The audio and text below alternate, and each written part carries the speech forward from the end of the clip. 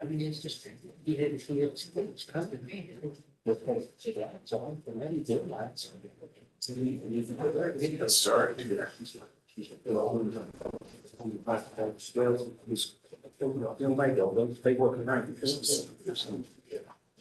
Oh, sorry, but you must have got. It's the house, I mean, Cody Keith. How will Kentucky versus James Amidst?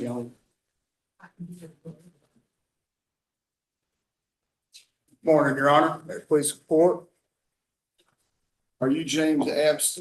Yes, sir. This is 24CR0050. You born in 1974. What are the last four digits of your social security number? 9964. It was a Commonwealth hat. Shocked you come around. Yeah, we have a felony plea.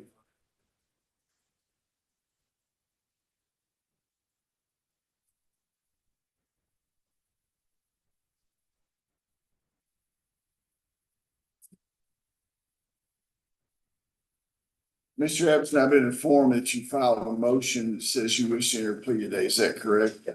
Are you currently under the influence of drugs or alcohol? No. Is this plea freely and voluntarily given? Yes. Are you the same person we just identified in 24CR0050? Yes, sir. Is your judgment impaired today in any way? No. Have you discussed this matter with your attorney and are you satisfied with his advice? Yes. And you view the evidence Commonwealth has against you, believe you're fully informed about your case. You understand that you do not have to enter a guilty plea today. You have certain rights under the Kentucky United States Constitution. Before I can accept the plea, I need to know that you understand those rights. Yeah. You have a right, I'm gonna go over and then I'm gonna ask you, you have a right not to testify against yourself, more to make yourself, right to speak, right to jury, right to be represented by counsel at your trial, right to defend proxy and not witnesses, call testify against you, right to use evidence, right to call witnesses. So it's a matter of how I for you, and right to apply the Commonwealth's plea on reasonable doubt that you get the charge against you, understand that by entering a guilty plea that you waive all the rights. I may consider the Commonwealth's recommendation, but I may apply any range of sentence for law. I don't have to accept the recommendation. Prior to accepting your recommendation, I will wait pre-sentence investigation report to be done by probation. Pro in the event that I do not accept the Commonwealth's recommendation and decide to impose harsher sentence, you have the right to withdraw your plea and proceed to trial. Do you understand that? Y'all will step to that. Mr. Stockton, what is the Commonwealth's recommendation? Your Honor, Mr. Abson will plead guilty possession of controlled substance, first degree, receive a sentence of 3 years, probated for 5. He'll be referred to the SSC, receive credit for time served. He'll obtain and maintain gainful employment. All evidence in this matter will be destroyed. He's not eligible for drug court. No, well, he was in drug court years ago. He's eligible probably now. And I would say if he has any problems, that's where he's headed. You'll step back over there. Is that your understanding of the Commonwealth's recommendation? Yeah. Are you pleading guilty because you did commit the acts charged in the indictment? That you do so your own free will? Yeah. Know your constitutional rights, to your desire to proceed and allow the court to fix your punishment within a range permitted by law. Yeah. Is that your signature on the document? Yes. You understand that after entering this plea, any future convictions will be enhanced as under persistent felony offender law. You understand that? Yes. Right. I'll accept the agreement and schedule the sentencing for October the 10th. Okay? You get probation parole officer. Angela Albertson. And Your Honor, just small point of order, Mr. Abson has a patch that was a part of pretrial monitoring, I guess, could that come off? The court was reluctant to take that off at his arraignment. We were here Let's wait last. till he's sentenced. We'll wait till he's sentenced, okay? Yes, Your Honor. Mr. Leverage, you have a case of someone's present in the courtroom? Walter Brown, Judge, for some. Okay, let's go ahead. So you got everything you should. Thank you, Judge.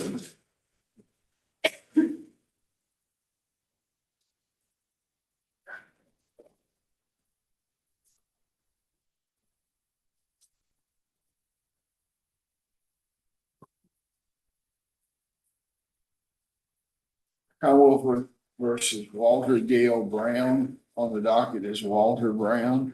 Are you Walter Gale Brown? Yes, sir. We're here today for sentencing. You understand that? Yes, sir. 24CR0045. Is your year of birth 1973? Yes, sir. Last four digits, social security number 6063. Have you had an opportunity to look at the pre-sentence investigation report done by probation and parole? I have. Is it substantially correct? Yes, sir. On plea of guilty to charges, Commonwealth recommended a sentence of 6 years on count one, which is trafficking, 3 years on count two, 12 months on count three, and 7 days on count four, all run concurrent with a total of 6 years. The sentence to be probated and supervised for 5 years. Is that correct? Yes, Your Honor. What's the court cost of this case? There's the, Mr. Norton. Now, you understood when you pled that this is enhanceable, the DUI was enhanceable. You understand that? And this other one's enhanced on the persistent felony offender law, the felony is correct. Is that right? Okay. The reason I asked you to speak up is a voice actor. It's a voice actor.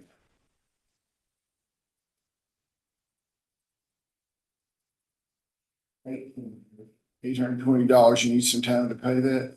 Please. Okay, you pay it at $60 a month, first payment. Then do 30 days from today, okay? Thank you, Judge. To meet with probation parole officer there. You have anything else? No, Your Honor, no excuse. Oh, he hasn't done that yet? Okay, he needs to fill out the DUI guilty plea form. Okay. Thought he would, did all of them.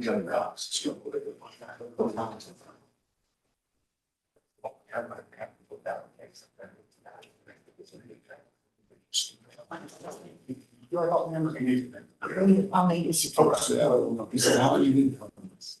Did y'all get somebody to turn the air conditioner on? First time ever.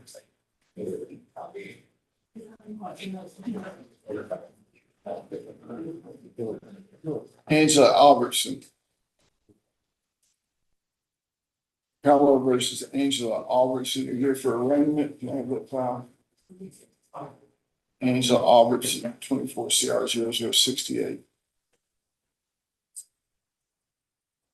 Are you Angela Albertson? Yes, sir. What's the year of birth? 126, You need 82, to speak up, man. I'm sorry. 1982, Last four digits of your social security number? 9585. Okay. Yeah, right, remain silent. You're represented by counsel.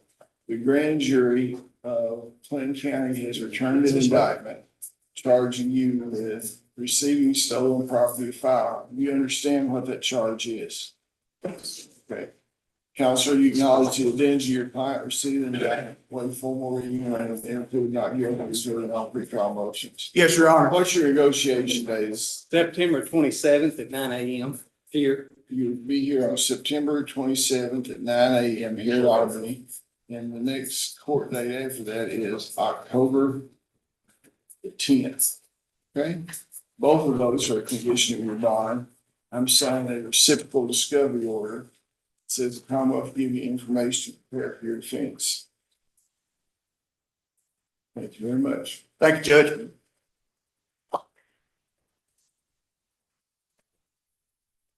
James Armstrong.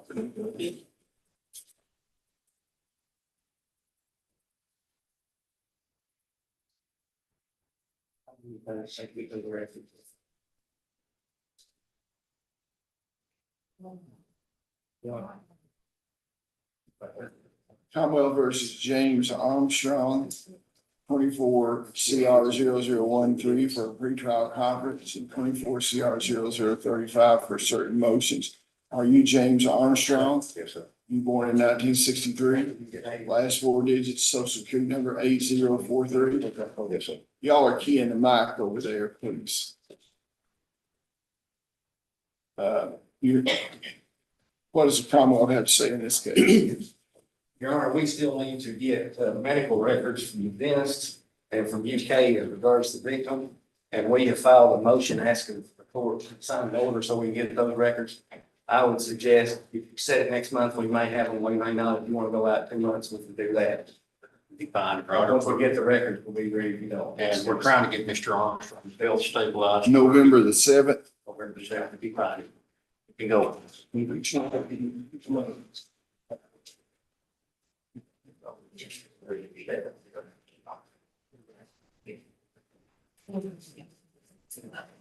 Should we go ahead and put a negotiation day before that, or do y'all just get together? We're pretty informal, Your Honor. If you want- I'll do, when we get the one for October, I'll just do the three or send it over to Toll. Okay. Archie Boykin.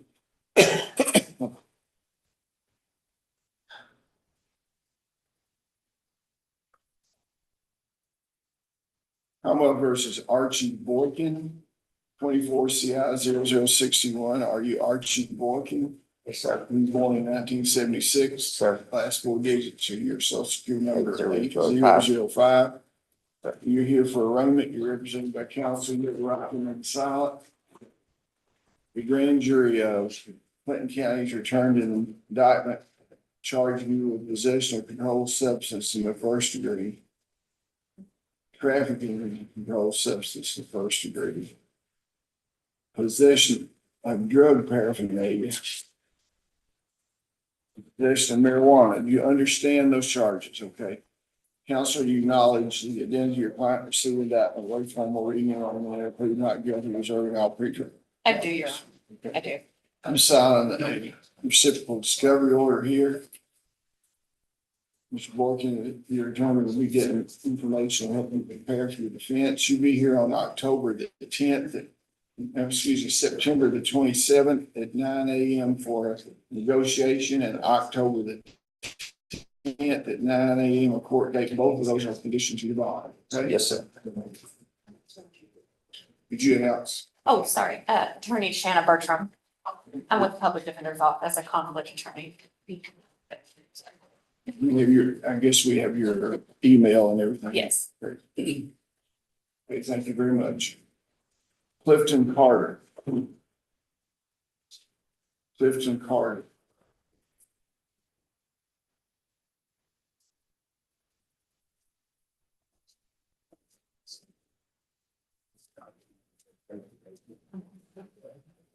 Commonwealth of Kentucky versus Clifton Carter, 23 CR 0066. Clifton Carter. Yeah. You born in 1988? Yeah. Last four digits, social security number 5337. Do you have an attorney? Were you in district court? Were you in district court here? I think it was at the regs. Your submission. That's a. You have an affidavit on, you have an affidavit on this gentleman? I didn't think I was listed on the contract. No.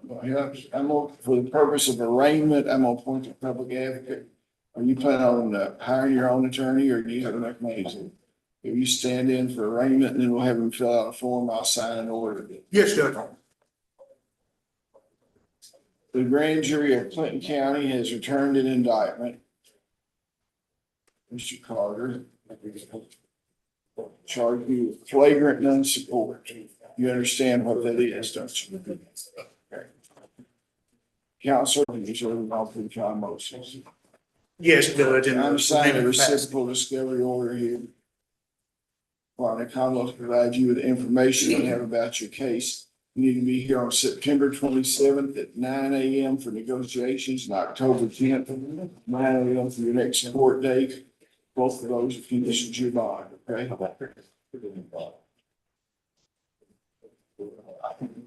Brandon Clark, Judge, he's incarcerated in Clinton County.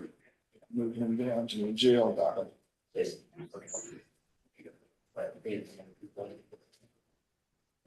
Luther Connor.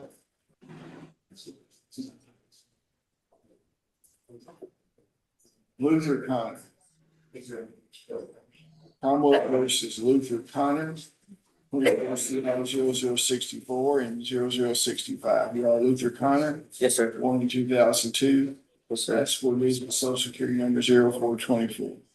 Yes, sir. It was on pretrial conference. Judge, we were here a couple of days ago, the Commonwealth had extended, as you would, a final offer. I went over that with Mr. Connor. I think we're, if you would, on terms between now and the next. You what now? On terms, if you would, between now and the next negotiation day, insofar as if there's any motion. Mr. Stockton, you will come around. Yeah, I'm listening. What is the holdup on this? He's got two cases, one being possession of a firearm, a convicted felon, and the other is possession of land. I entered an offer that included prison time, so he's, I guess he's needing time to file a motion to consider it, so. With regards to the gun charge, Judge, we're looking at the evidence. This is a fairly recent case, seeing if we can get rid of that particular case by motion practice. So, I don't know, if he's gonna file a motion, I don't care to have one more pretrial conference, but if not, you can trial date next time, or just find anyone where the court is at. And Judge, we don't need to negotiate. We have October the offer, 10th, so, be prepared to enter a plea or we'll set a speedy trial date. yes, Your Honor.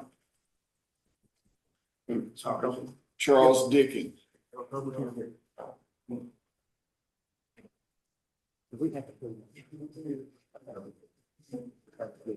Anybody know where Charles Dickens is?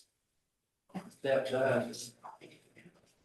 Oh, please. Yeah, here, you can show Commonwealth versus Charles Dickens, 24 CI 0043 and 24 CR 0044. Charles Dickens. Yes. Born in 1961. Yes. Last four digits, social security number 5978. Yes. You're on pretrial conference. Judge, if we could recall this one, I have some plea paperwork. I think Mr. Dickens is gonna sign. I didn't know that he was here, so we could call this one at the end. Okay, Ashley Duval. Mr. Dickens, you gonna give Mr. Dickens the paperwork so we looking at it, or? Ashley Duval.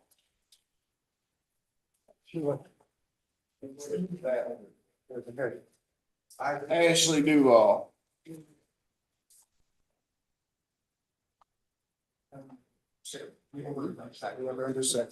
Commonwealth versus Ashley Duval, 24 CR 0048 for sentencing. What is it? The plea paperwork says probated, so she's on for sentencing, but there's also an order granting pretrial diversion that is in. So it's the Commonwealth's office got the mistake in. Don't know which one you intended. I intended the diversion, so we just made a mistake in the office. Okay, and I'm not sure in the file, I'm not gonna double check that the motion is in there, in her pretrial diversion. Cause I only saw the order of her. If we bring that file, I think we closed it. This is a motion in her pretrial diversion. There should be a second. The order granting diversion, not a motion. What was she charged with? Possession. She had a DUI, just related to the DUI. She got 66 days zero credit, she wanted to special for program. And that's the issue, we did the paperwork, we did the probation in the Commonwealth's office, it should say. If y'all just correct that, I'll sign it. Is there any reason for her to stay around for that? So you're in drug court now, right? That's Yes. correct. Okay. Well, I'll just go ahead and mark her off here. You know, make sure the paperwork's good. Thank you, Judge. Johnny Duval. What are they gonna do? Let's give it up to Johnny. Come over, Johnny, are you Johnny Duval? Okay. This 24 CR 0063. Good morning, Mr. Duval. You were born in 1970. Last four digits, social security number 2803. We're here, on a pretrial conference. You have a motion to suppress. I also said a motion to suppress, Judge, but we have resolved the case. We have a motion to enter. Just hold it right there. Yeah, just hold it right there. Okay, is it felony plea or diversion? That's felony pleas. Mr. Duval, motion's been tendered, says you wish to enter a plea. Is that correct? Are you currently under the influence of drugs or alcohol? Now, we have a voice activated microphone. Until you sound up, the camera won't go on, okay? Yes, sir. Okay. Is this plea freely and voluntarily given? Yes. Are you the same person we just identified in 24 CR 0063? Yes. Is your judgment impaired today at all? No. Okay, have you discussed this matter with your attorney and are you satisfied with his advice? Yes. Have you reviewed the evidence Commonwealth has against you, believe you're fully informed about your case? Yes. You understand that you do not have to enter a guilty plea today. You have certain rights under the Kentucky and United States Constitution. Before I can accept the plea of guilty, I need to know that you are fully understand your rights. And I'm gonna go over them at the end. I'm gonna ask you if you understand. Okay. You have a right not to testify against yourself. No one can make you say anything. Right to speak, trial by jury, right to be represented by counsel at your jury trial, right to confront and cross-examine all witnesses called to testify against you. Right to produce evidence, right to call witnesses in favor, right to appeal this matter, higher court if you lose, and right to part of the Commonwealth, proving on a reasonable doubt that you're guilty and charged against you. By entering a guilty plea today, you give up those rights. You understand that? Yes. Now, I may consider Commonwealth's recommendation, but I may apply a range of sentence provided by law. I don't have to accept the recommendation. Prior to accepting any recommendation, I'll review the precinct's investigation report done by probation and parole. In the event that I do not accept the Commonwealth's recommendation, decide to impose a harsher punishment, you have the right to withdraw your plea and proceed to trial. You understand that? Yes. Mr. Stockton, will you come forward and tell us what the recommendation is? Yes, Your Honor. Mr. Duval will plead guilty to trafficking and controlled substance first degree methamphetamine, receive a sentence of 5 years. He'll also plead guilty to possession of a handgun by a convicted felon, receive a sentence of 5 years. Those two sentences shall run concurrently for a total of 5 years to serve. He shall forfeit $1,502 to the Commonwealth of Kentucky. He shall forfeit the black 9mm handgun and it will be disposed of in accordance with the laws of Kentucky. The Commonwealth opposes probation and shock probation. Defendant shall receive credit for any time served and pay court costs at discretion of the court. Is that what you agreed to? Yes. Are you pleading guilty because you did commit the acts charged in the indictment? Yes. You doing so of your own free will? You know, your constitutional rights is desire to proceed with your plea and allow the court to fix your punishment. Is that right? Yes. You understand that after this guilty plea is entered, any future conviction could be enhanced as far as range of penalty under the law. Is that your signature on the document? Yes. Yeah. Now, this is 5 years to serve. Is that correct? It is, Judge. We all get away from the Commonwealth attorney, please, while we're trying to do business. Thank you so much. As a matter of fact, I'm doing a judicial college in 3 weeks, and one of the things is protecting the Commonwealth attorney from hovering defense lawyers. Topics. Very good talk. Okay. Okay, you realize any future convictions could be enhanced. You said, your signature, I'm going to accept the agreement. For now, subject to PSI, schedule a sentencing date on October 10th. You're in the custody of the jail. Judge, if I may, could request a report that Mr. Duval be allowed to stay out You're pending. not going to do that. Thank you, Bob. You can get his, start getting his days in and they'll count. His days will count, so you can take him in custody. Gregory Goodman.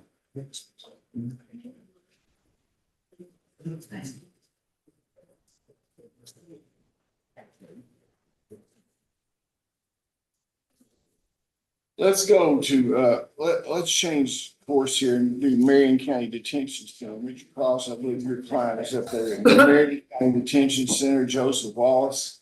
Judge, I'm representing Mr. Wallace. I've got appointed on his case. Okay, that'll be fine. But Marion County has another court date, so we're gonna take that. Just hold him, let him be next, okay? Mr. Stockton, are you ready for Joseph Wallace? Yes. Commonwealth versus Joseph Wallace. Mr. Wallace, can you hear me? Yeah, I hear you. Okay, this is 24 CR 0055, Commonwealth, Kentucky versus Joseph Wallace. Mr. Wallace, were you born in 1976? Yes, sir. Last four digits, social security number 4673. Yes, sir. Okay, you're here today on a pretrial conference. Counsel, what do you have here? Judge, I just got the discovery You in need to this. speak up. I'm sorry, Judge, I just got the discovery in this and I've spoken with the Commonwealth.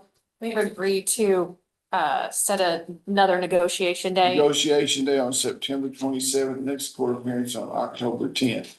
What's this gentleman charged with? He started with trafficking drugs. He was supposed to be living in the residence of his wife, which is Angela Wallace, also on the docket.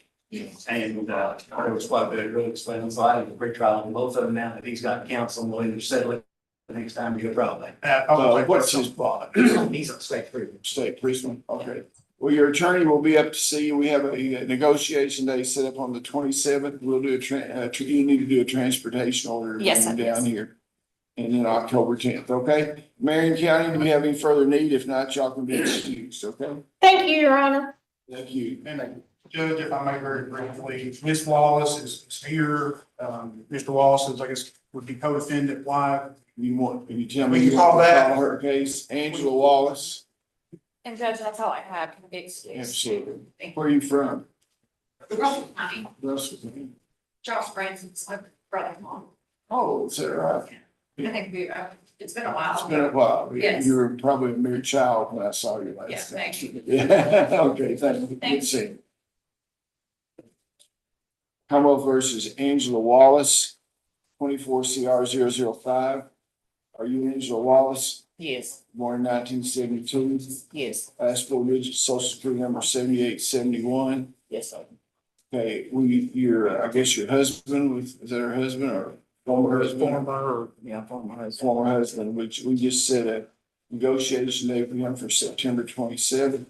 And the next court appearance for October 10th. We'll set the same for you, and both of them conditions your bond, okay? Thank you, Judge.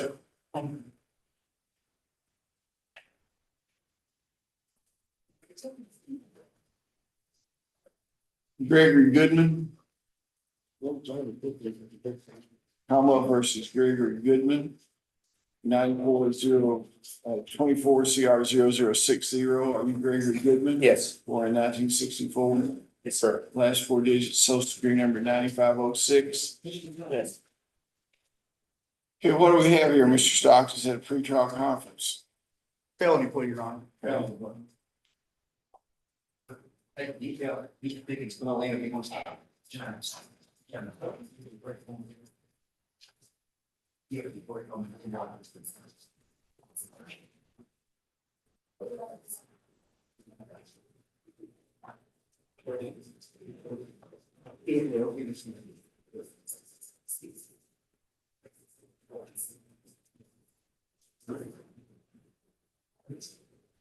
Let's pass Mr. Goodman up again. Brian Goss, let Mr. Goodman sit there at the table with you, he can work on that. Rose.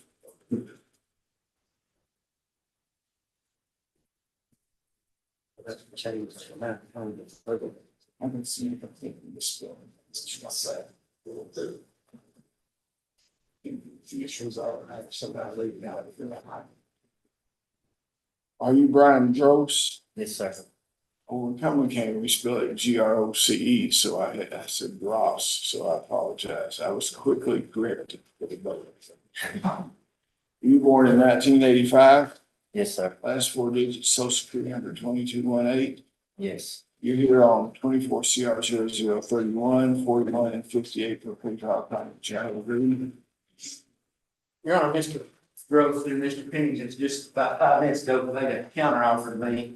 I've got too much going through my mind today. We just set it for negotiation day. I'm going to go through this case to make sure I get it right. I mean, just because you're working the whole thing with one attorney, you got too much on your mind. I Y'all want to apologize. multitask. People swarming around you like flies. Okay, negotiation date for September 27th, next court appearance, October 10th. Okay. Haley Harbor. Haley Harbor. Haley Harbor. Ms. Harper, we resolved her case on Tuesday. And I'm really struggling to see if she understood if I told her to be here this morning, because I thought I did, but she's not here, and I'll get her here. She may have thought she's supposed to be here Tuesday, which was her next scheduled court date. So we'll get her here. Okay, until we get her here, I'll issue a bench I warrant. understand that, but I think I may be the culprit. I may not be. She's still living. Your Honor, I do want to make certain Mr. Perigin is here and we're ready to enter a guilty plea on regards to his I hadn't case. called his case yet. I just wanted to, Yeah. Nikki Hutcherson. Nikki Hutcherson. I don't understand.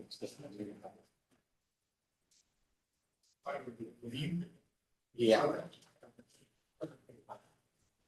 Are you Nikki Hutcherson? Yes, sir. 21 CR 00124. You born in 1987, last four digits, social security number 5647. Sir. We're here for review, it says. I think we just need to, continue this generally withdrawal because she's completed the specialty program and she's still on probation, but she'll probably be going to be inactive for Mr. Payne. What was she charged with recently? I don't have that in What front were of you me. charged with? I got put on drug court for probation violation. Trafficking? Or you- Trafficking. And you violated your probation. Okay. So you just want to pass over her and let her go into probation? Judge, what happened on this case, usually when somebody completes drug court, they come to me and I review it and set it to what we're gonna do with them next. This case, her drug court was transferred to Pulaski County, and Judge Whitaker done an order that she completed drug court, and at the bottom of that order, Judge Whitaker asked for her to be added to the court docket for a review. That's what they do up there. So that's why she was added to the court docket, but I'll handle it. Okay. Good luck to you. Yeah. Um, Michael Likens, I'll call you Judge Gross. I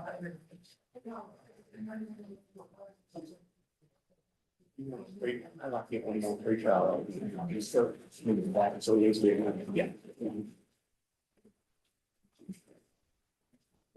Commonwealth versus Michael Likens, 24 CR 0008. Are you Michael Likens? Yes, I am. Born in 1960, Yes, last four digits, social security number 3813. yes, sir. You're here for pretrial conference, you're representing Mr. Cost. Mr. Stockton, what do you have to say? If we have one more pretrial negotiation day, I thought. September the 27th for negotiation at 9 AM here, and October 10th is your next court date. Both of them conditioned to bond, okay? Your Honor, he has got a new indictment. He has yet to be served. Well, the problem is, Mr. Cross, is I thought it was going last month and there was a problem, so it's this month. Oh, okay, I Yeah. misunderstood you. No, you That's didn't. fine. I just didn't have my facts. Well, if he's gonna be. Well, if he's got an indictment coming today. You want it raining one day? 27th will be fine. You're gonna be indicted today? Yeah, what? And I would ask the same bond because he lives out of state and he always shows up at court. Well, I'll issue a summons to him. Thank you, Your Honor. Okay, and what you need to do, where do you live, sir?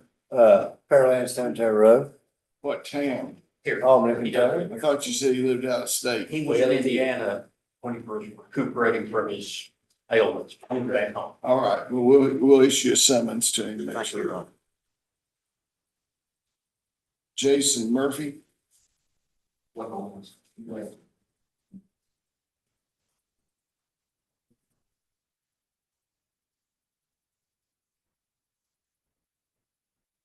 Cromwell versus Jason Murphy, 24 CI 0062. Are you Jason Murphy? Yes, sir. Born in 1998.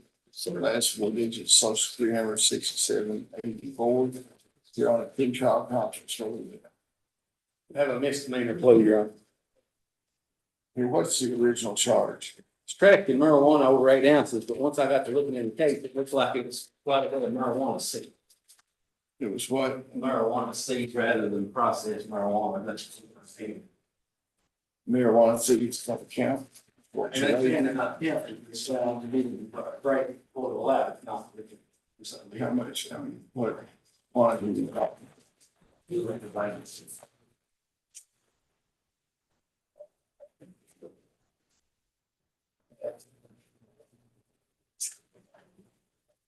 Well.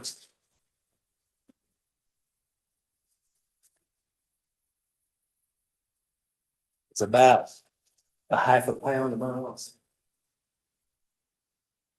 I'll consider pretrial diversion if you do pretrial diversion. I don't think he's eligible. No, he's not. Yeah. He's on pretrial version. What kind of background does he have that makes him not eligible? He had a pretrial diversion and went completely drug. And he had this problem. A half a pound indicates that he's going to be growing or selling or doing something marijuana, which is not legal. That I'm not familiar with how much of marijuana seed weighs, but I'd say that's quite a few. Well, what had me concerned under the statute is if you're trafficking marijuana more than 8 ounces. I don't know that seed would count. It's not like I've got processed marijuana. You understand what I'm saying? Yeah, I know. From a legal argument.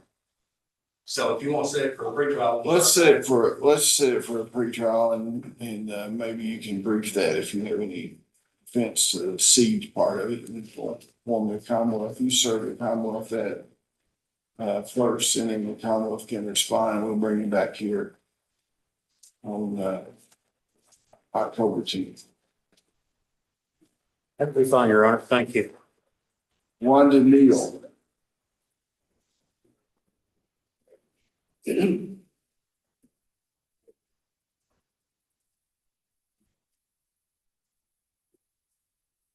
Commonwealth versus Wanda Neal, 24 CR 0049. Are you Wanda Neal? Yes, sir. Born in 1974.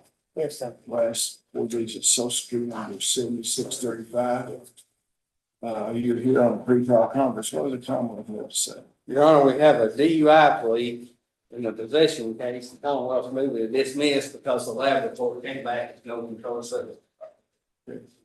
No, I'll rephrase that. The officer didn't send it, the lab, the residue, and he didn't send it. So it was taken. But it is, man, I don't have the text. Wanda, something we said about being lucky. You know what I mean? Well, that's okay. Your motion been tendered says that you wish to enter a plea today to DUI. Is that correct? Are you currently under the influence of drugs or alcohol? You voluntarily giving this same person just identified in this case? Plenty of time to talk to your attorney. Satisfied with his advice? Yeah. You have certain rights under the Kentucky United States Constitution. You don't have to enter a guilty plea today. You have a right not to testify against yourself. No one make you say anything. Right to speak, trial, be jury, right to be represented by counsel at the jury trial, right to confront a prosecutor, no witness called to testify against you. Right to use evidence, right to call witness in favor, right to fill this matter higher court if you lose. Right to require a Commonwealth to beyond a reasonable doubt that you are guilty. Understand that. By entering a plea of guilty, you give up all those rights. You understand that? Okay, now consider the Commonwealth's recommendation. Prior to accepting the recommendation, I'll wait. I don't have to approve sense investigation. Mr. Stockton, come up and read your recommendation. Yeah, she pretty good. DUI first offense had a $200 fine in the cost. It's $820, right? Is that what you agreed to? Are you pleading guilty because you are guilty? You understand, and you have to say so. It's a voice activated microphone. Now, the bottom line of it is that if you get convicted again of DUI, it'll be enhanced. You understand that? And no severe penalty, possibly jail time. You understand that? Well, is that your signature on the agreement? You have a DUI form written out? Yes, Judge. Okay, well, I'll accept the plea. You need some time to pay that? I'll let you pay it $50 a month. First payment will be 30 days from today, okay? $50 every month after that. Don't be getting anything else. They'll be calling you Lucky Wanda from here on out. Thank you. You know that, Mr. Goodman, I've got the big. Okay, Mr. Goodman?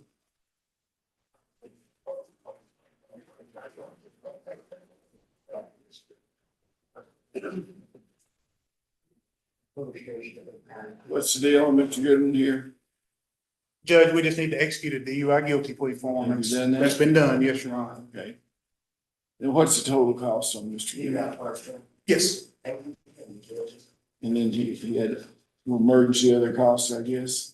actually, there will be a no insurance, and then Judge, there'll be a separate restitution order if you want, Mr. Stockton. Well, we hadn't done the plea yet. Yeah, this isn't like. We hadn't gone through the plea yet, is what she says. You have to finish the whole process. Yeah, we didn't get started. Yeah, yeah. Did I read him his rights yet? I don't think we got started that. Okay, motion been tendered, says you wish to enter guilty plea today, is that correct? Correct.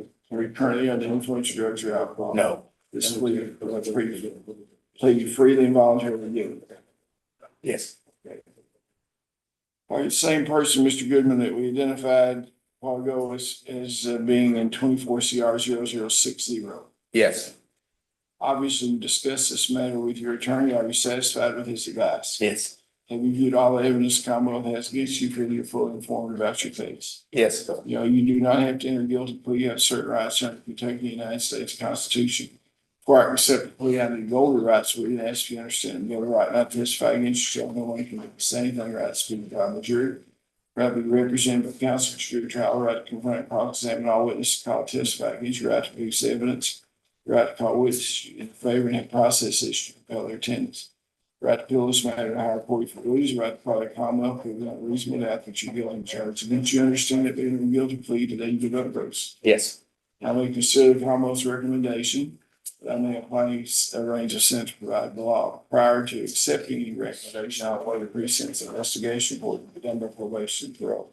In the event that I do not accept the Commonwealth's recommendation after reviewing that report, I'll give you a right to withdraw your plea and proceed to trial. You understand that? Yes, sir. Okay. Mr. Stockton, finally, what is the Commonwealth's recommendation? Give me just a second, Henry. Restitution's paid for. I have to make one modification here.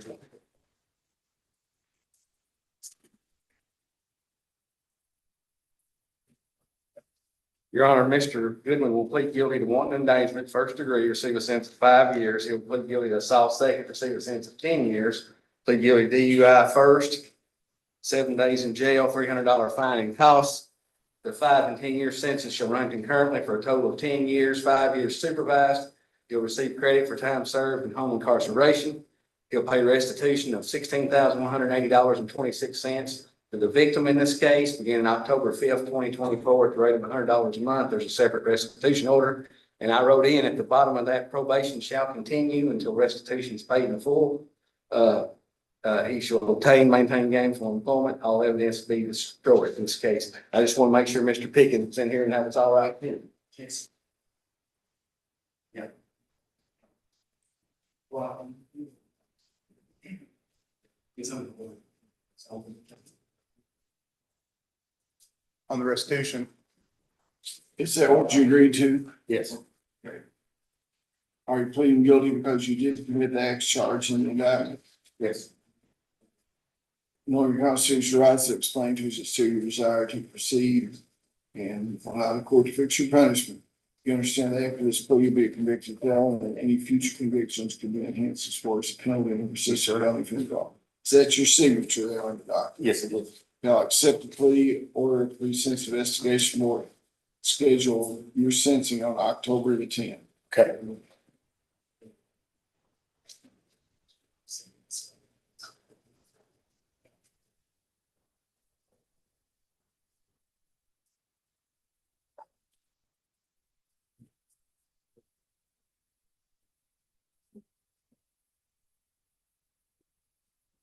Cody Perrigan.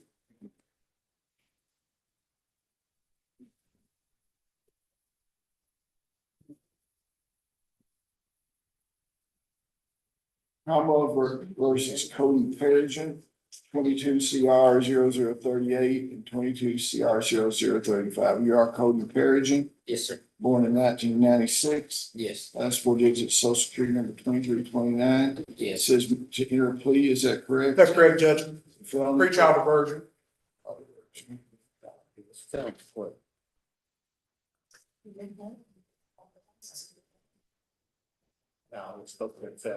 What is this case here, Mr. Stockton? This is the case. I thought it was a felony plea, but I was out to the doctor yesterday and we had so many pleas. We just got messed up and miscommunication. This is the case where the minor child, it was alleged Mr. Perrigan fell asleep on the minor child and suffocated her. And the reason I'm entering the plea, I've got several reasons. One, the medical examiner had to end the report after a while. Two, I've got The medical examiner, what? basically declared this a SIDS death to start with. Yeah. And then amended the report right before the last trial. The other problem I've got, Haley Harbor in particular, is the father of the children is basically AWOL, parts unknown, so part of my theory of the case against her is gone. So that's the reason, and me and the sheriff talked about this, and we're in agreement completely, so that's the reason, really, what I'm this is.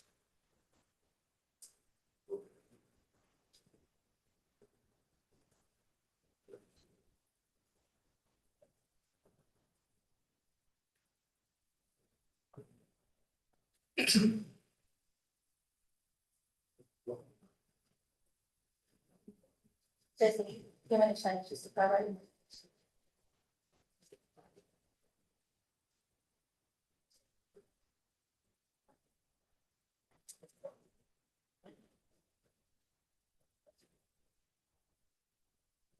Kind of taking it back a little bit. Well, I mean, I'm not, Yeah. you know more, I don't know enough about it to really even do a so snap. this is the case, if you recall, we had the 404B hearing. I know that. And basically, the father alleged that Ms. Harper got improper EPO. This was the first night she cared for the child. Yeah. And, and I think the evidence is gonna show Ms. Harper don't worry that she fell asleep and placed the child next to her on the street. And then as Ms. Phillips testified, she woke up and Mr. Cody Patterson was sleeping next to the baby on the baby. Ms. Harper said that same thing to the maid. And then there we are. That's the facts that shows. And then the medical examiner, she didn't have any information, really to see its death to start with. And this is one of my witnesses in jail in Tennessee, so.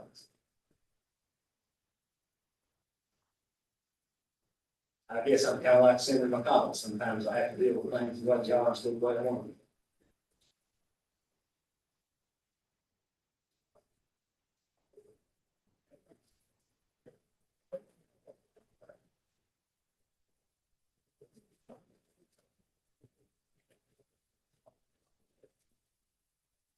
And I will say the sheriff and the mother, the grandmother of children is all right.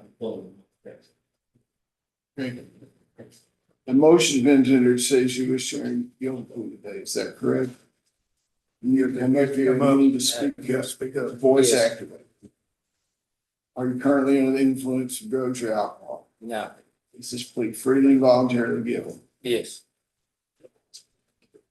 Are you the same person that we just identified here in this case, Mr. Parrish? yes, sir. Will you discuss this matter with your attorneys? Are you satisfied with his advice? Yes. Is your, are you impaired? No.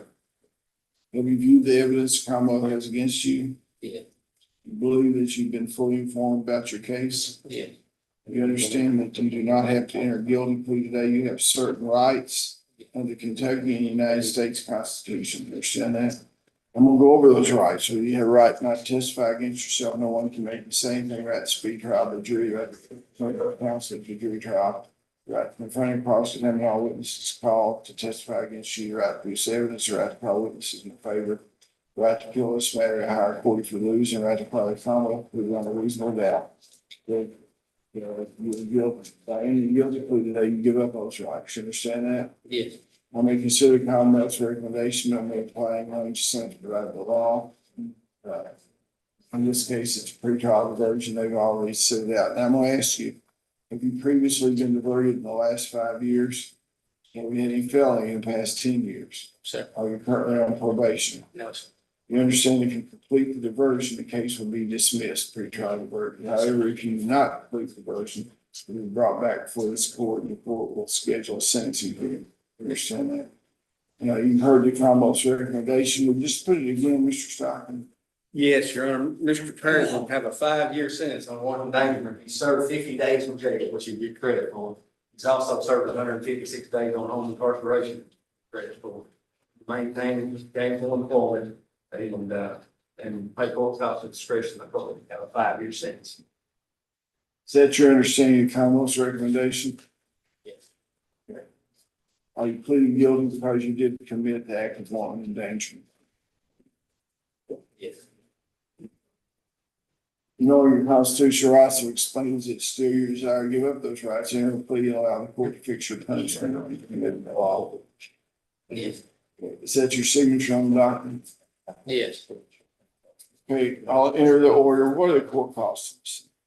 $155. Pay at $50 a month, first payment due 30 days from date. Now, you'll need to meet with the probation parole officer. Douglas Pennicuick. Douglas Pennicuick.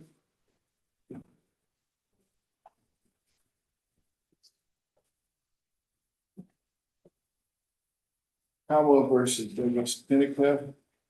24 CR 0067. Are you Douglas Pennicuick? I am. You born in 1957? Yes, ma'am. Last four digits, social security number 0450.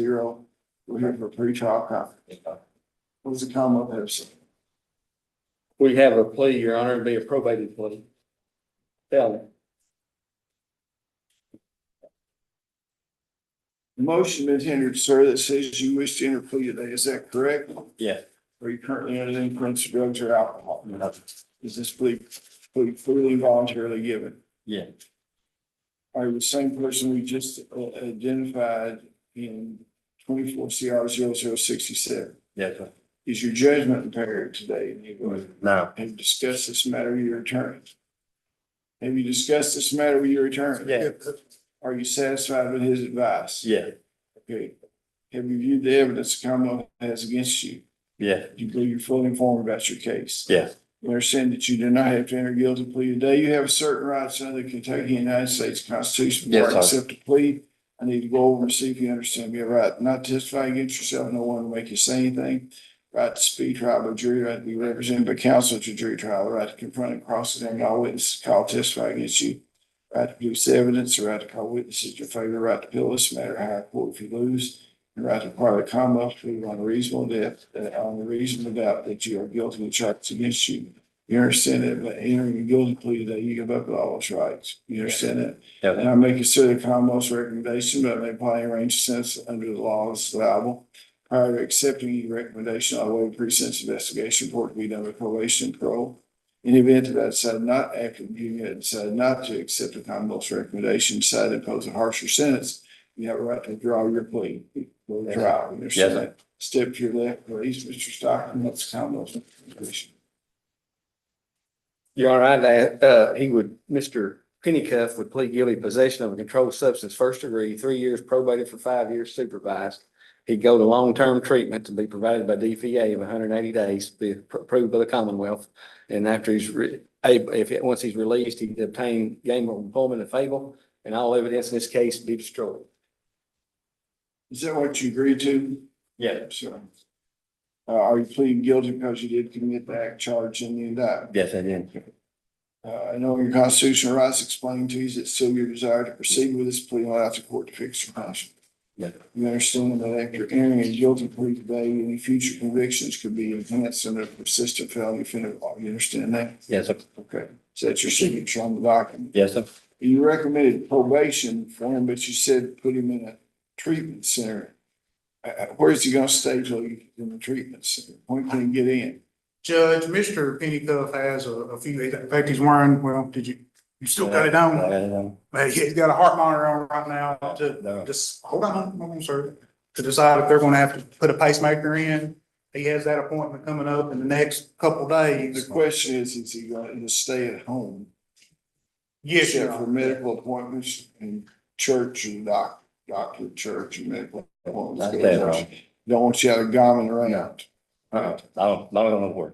Sorry. Okay, you meet with the probation parole officer. Court cost, wait a second. Mr. Pennycuff, you owe $155 in court costs. I'll let you pay it $30 a month, first payment 30 days from day. Okay? Okay. Kathy Phillips.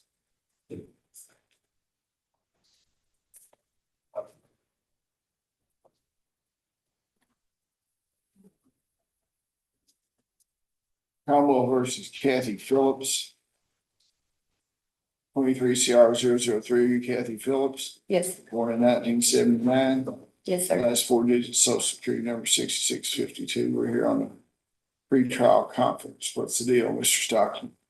We have a pretrial diversion, Your Honor.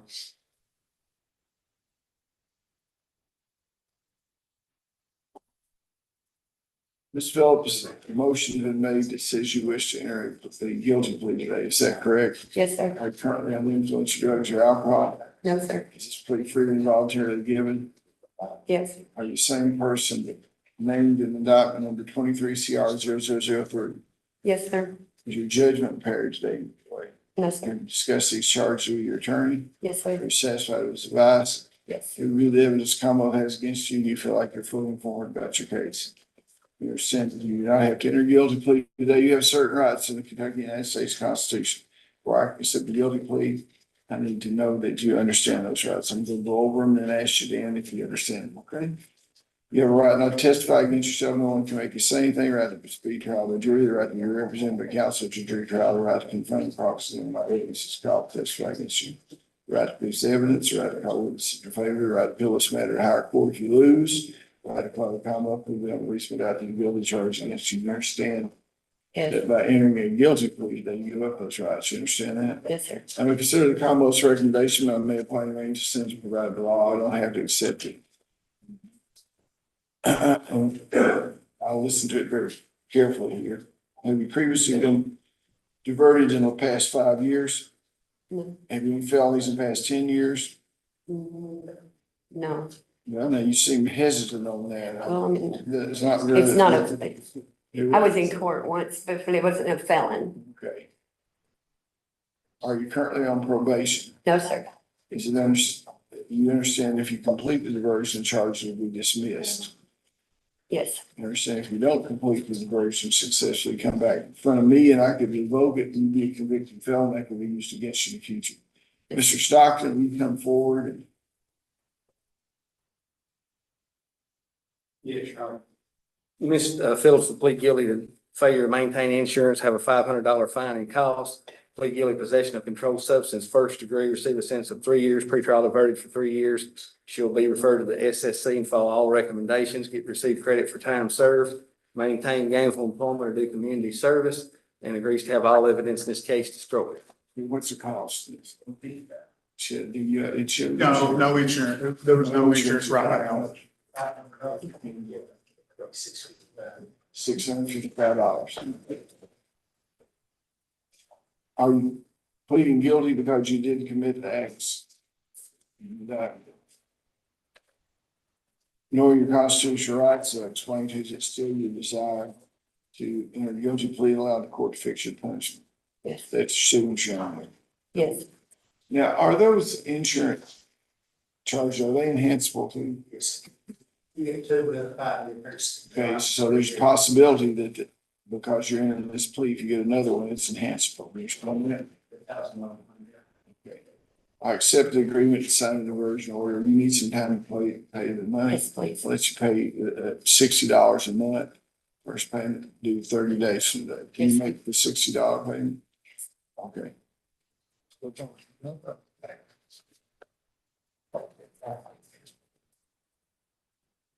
Thank you. Yeah. Michael Ritchie.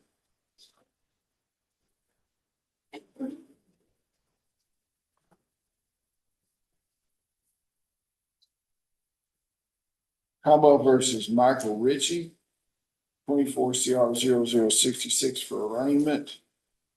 And 22 CR 0015 for pretrial diversion application. Give me that.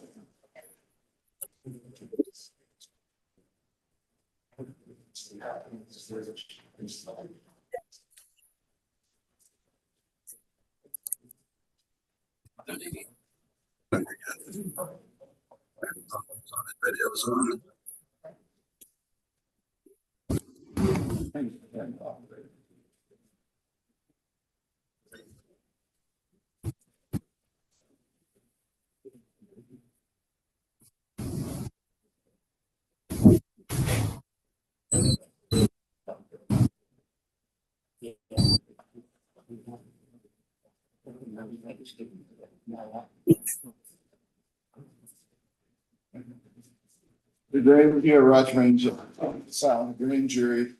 When it came to turning it out and charging possession of controlled substance for student understand those charges. You acknowledge the identity of the client received indictment away from or arraignment, and you're not guilty. It's really not pretrial motions. Yes, Your Mr. Honor. Stockton, will you come around and what about this pretrial diversion? This is based on the new felony charge, so you want to set it for negotiations, so we can try to resolve. Negotiation day on September the 27th and court appearances on October the 10th. Now, what do you want to do about his freedom today? Well, I don't really know anything about it. Who's supervisor? How's he doing other than this charge? Other than this charge, when he was arrested, he admitted the use of meth. He is going to counseling at this time and he's reporting after it, so. Yes. Okay, well, we'll give you a break and let you stay out between now and then, but you can hear on September 27th at 9 a.m. and October 10th at 9 a.m. Both of them can issue your bond, okay? Yes, Your Honor. Thank you. I want to go to Roder just for a second. I know we just got a couple more live, but I think Roder is on there. Roder, are you on there? I would like Sydney Foster first. I'm on Daryl Murphy, Sydney This Foster. is Roder here. We have Murphy here.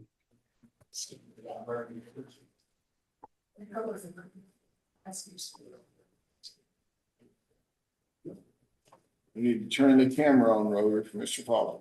Commonwealth versus Sydney Foster, 21 CR 0010 and 23 CR 0022 and 23 CR 004 the motion of shock probation. Yes, sir. She was born in 1972. Yes, sir. Your number 8738. What's the Commonwealth have to say? What I was gonna say, Judge, is just our request for Mr. Foster to make the shot to go to rehabilitation. He's got I think he's at about 14, 15 months, so he would be giving up a What was significant. his charge?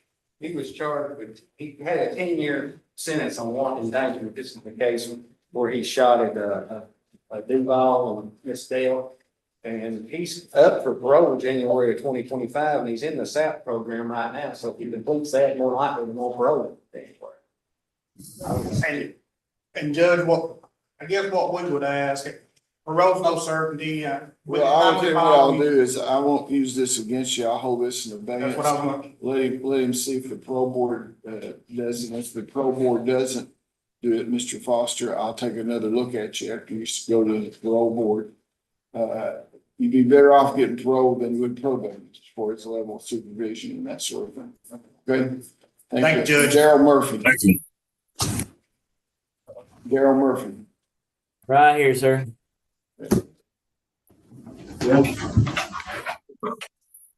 Combo versus Daryl Murphy, 19 CR 009, 18 CR 00115. Combo Secretary versus Daryl Murphy. Mr. Murphy, born in 1974.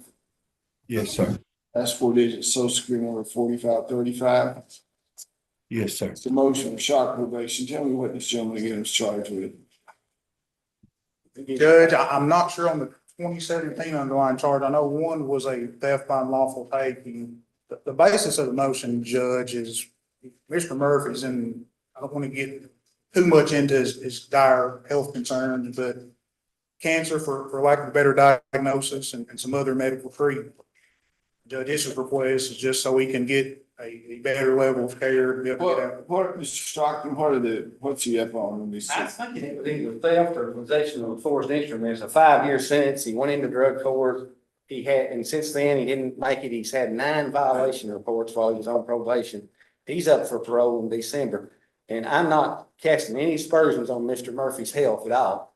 But I've dealt with him for all these years, and he's supposed to have cancer all these years, and he may well have, but I've never seen one medical record or anything about his health situation. So I don't Is he know. up for parole? You In said? December, which is only 3 more months. Okay, well, we'll take a look at it. If the parole board allows him out in December, it doesn't allow him out, then you need to have specific medical records that can be verified, okay? Yes, Your Honor. Roder, I guess that's all we have with y'all today. Thank you very much for the courtesy. You may be excused. Roger that, sir. Thank you, Your Honor. Yeah. Now let's go back to the live docket here. Maggie Scott.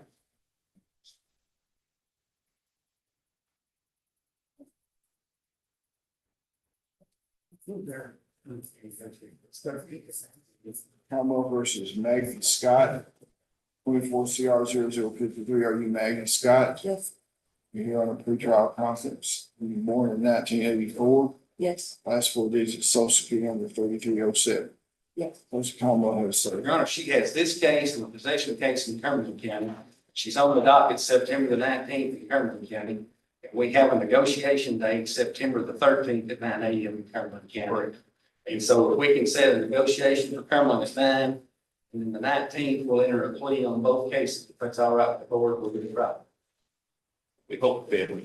Are you gonna combine the cases for purpose? Well, I move the case for the complaint in Cumberland, if you want to, that way we can do the plea on both of them. I think that's what I want to do, just for judicial economy, and if for some reason you want to separate the cases later, I'll take a look at the motion. What are those dates again for negotiation? September the 13th at 9 a.m. in Burkesville.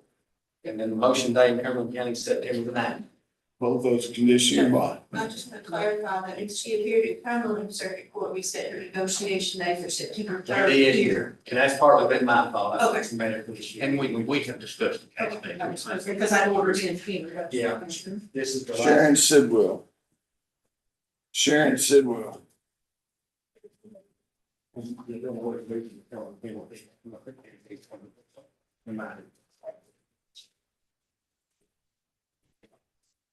Commonwealth of Kentucky versus Sharon Sidwell, 24 CR 0054. You Sharon Sidwell, Yes. born in 1970. Last four digits, social security number 7041. You're here for a pretrial conference. What's the Commonwealth have to say? This is one, Your Honor, that we probably need to set out 2 months because for some reason KSP hadn't sent the substance to the lab to get tested. We're on trying to get them sent. November 7th. And if the stuff comes back positive, Mr. Stockton, you can go ahead and schedule by agreed order a negotiation. We can do that, Judge. Okay, thank you very much. I guess we're back to Charles Dickens, is that correct? That's correct, Judge. We'll be here for. Russell County will be coming to you next. And then Wayne County. Wayne County, we just have a few cases. Russell.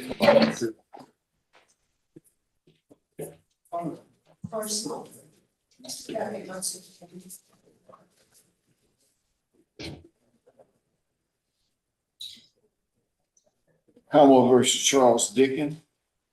24 CR 0043, 24 CR 0044. You are Charles Dickens still, right? Yes. Born in 1961. Last four digits associated with your social security number 5971. I understand that. Is this a felony plea? Yes, Judge. The motion that intended says you wish to enter a plea today, is that correct? Yes. Are you currently under the influence of drugs or alcohol? No. Is this plea freely and voluntarily given? Is the plea freely and voluntarily given? Are you the same person that we just identified in the two cases, 43 and 44? Yes. Okay, have you had plenty of time to discuss this matter with the attorney, review the evidence, and are satisfied with his advice? Yes. You understand that you do not have to enter a guilty plea today. You have certain rights under the Kentucky United States Constitution. Before I can accept a plea, I need to know that you understand those rights. You have a right not to testify against yourself. No one can make you say anything. Right to speak trial or jury, right to direct the counsel to jury trial. The right to confront the prosecutor and all witnesses called testify against you. The right to produce evidence. The right to call witnesses in your favor. The right to appeal this matter to the higher court if you lose. The right to file a Commonwealth plea unreasonable doubt that you're guilty charge against you. Understand that the enter guilty plea today. Give up all those rights. You understand that? Yes. Now, I may consider Commonwealth's recommendation, but I may apply any range of sentence provided by law. I don't have to. Prior to accepting any recommendation, I will have a pre-sentence investigation report done by probation and parole. In the event that I do not accept the Commonwealth's recommendation after reviewing the report and deciding to impose a harsher sentence, you got a right to withdraw your plea and go to trial.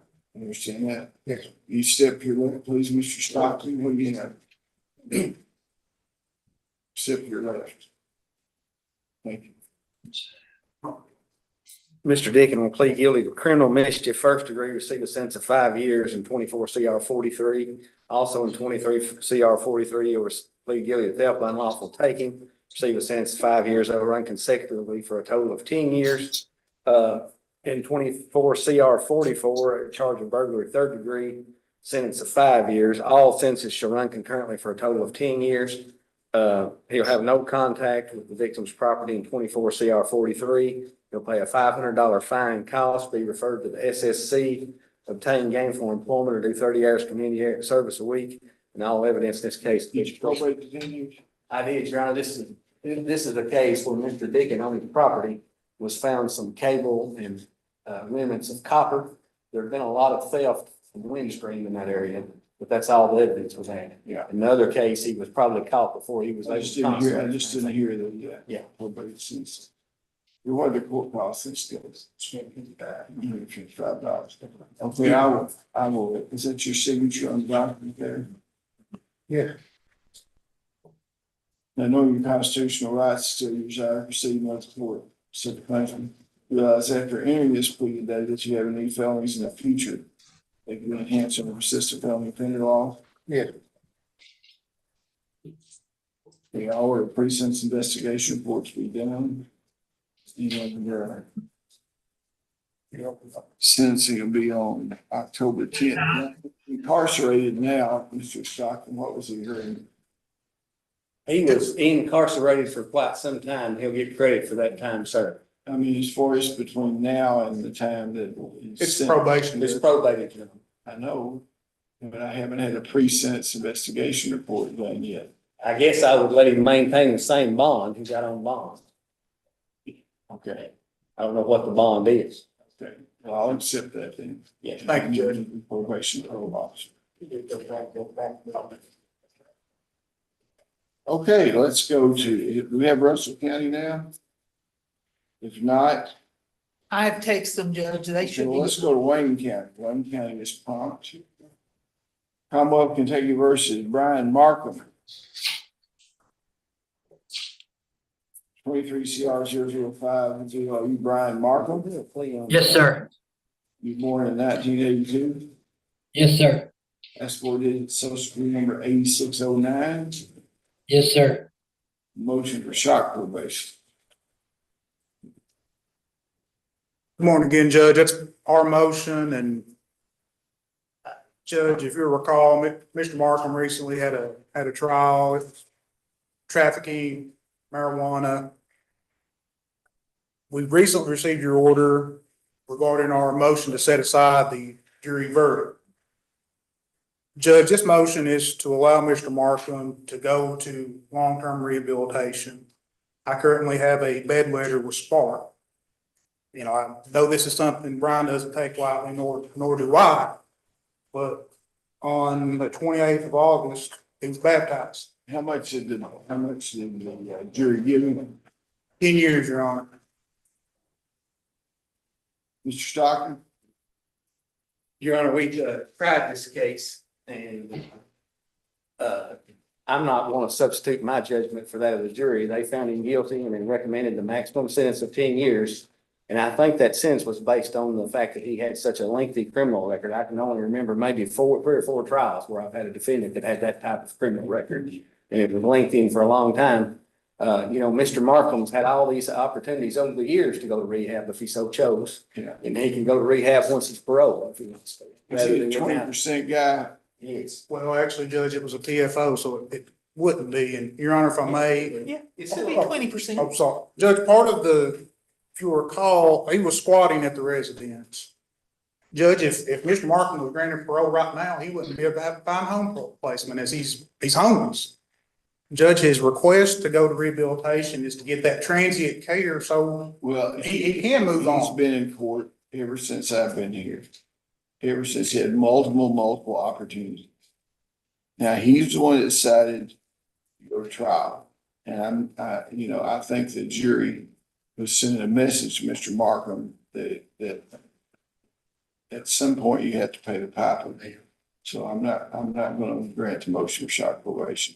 And he'll be eligible in 2 years. I think that between now and then, maybe that they can help him make a placement when he gets out so he can have a home and live a productive life. Okay, thank you. Yes, Your Honor. Thomas Tucker. Three clerk offices.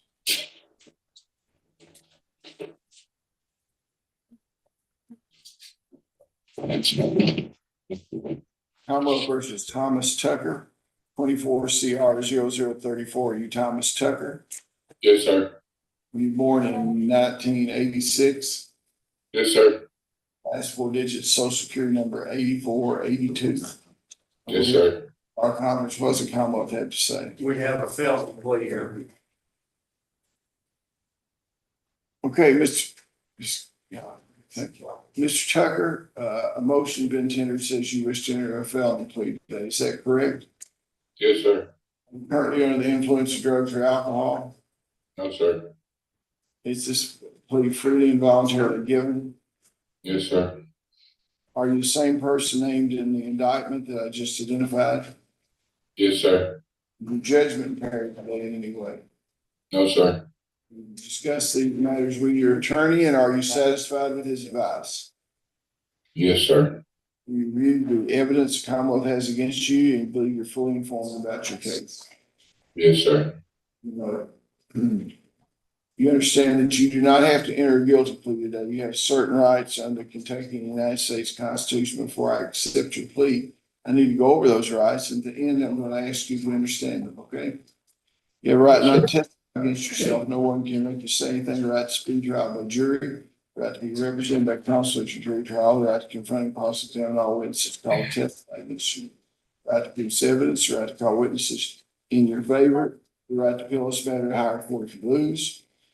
The right to require the Commonwealth to prove beyond a reasonable doubt that you're guilty of charge against you. You understand that by entering a plea of guilty today, you give up all those rights. I may consider the Commonwealth's recommendation, but I may apply and range the sentence provided by law. I don't have to accept it prior to accepting the recommendation. Then I'll order a pre-sentence investigation report to be done by probation and parole. In the event that I do not accept the Commonwealth's recommendation after reviewing that report, decide to impose a harsher sentence, you have a right to withdraw your plea of guilty and proceed to trial. You understand that? Yes, sir. Mr. Stockton, will you come forward and tell what the Commonwealth's recommendation? Yes, Your Honor. Mr. Tucker will plead guilty to one count of wanton endangerment, receive a sentence of 2 years. He'll plead guilty to possession of a handgun by convicted felon, receive a sentence of 5 years. Those two sentences shall run consecutively for a total of 7 years to serve. They will run concurrently with Wayne Indictment 22 CR 276. The Commonwealth opposes probation and shock probation. He'll forfeit the Ruger P85 handgun in accordance with the laws of the Commonwealth of Kentucky. He'll receive credit for time served on this case if he's doing it, because he's been in Wayne County custody too. So I don't know if he's doing any credit for time served. He agrees to have all evidence in this case destroyed. Is that your understanding, sir? Is that your? Yes, sir. Yes, sir. Your Honor. Are you pleading guilty because you did commit the acts charged in the indictment as amended? Excuse me, sir. Are you pleading guilty because you did commit the acts charged in the indictment as amended? Yes, sir. Okay. Know your constitutional rights to still your desire to proceed and allow the court to fix your punishment. Yes, sir. Is that correct? Yes, sir. Okay. You understand that you have future felony convictions that the range of them could be enhanced because of this plea under persistent felony offender law. Okay. Yes, sir. Let me show you your signature here and see if you'll acknowledge your signature.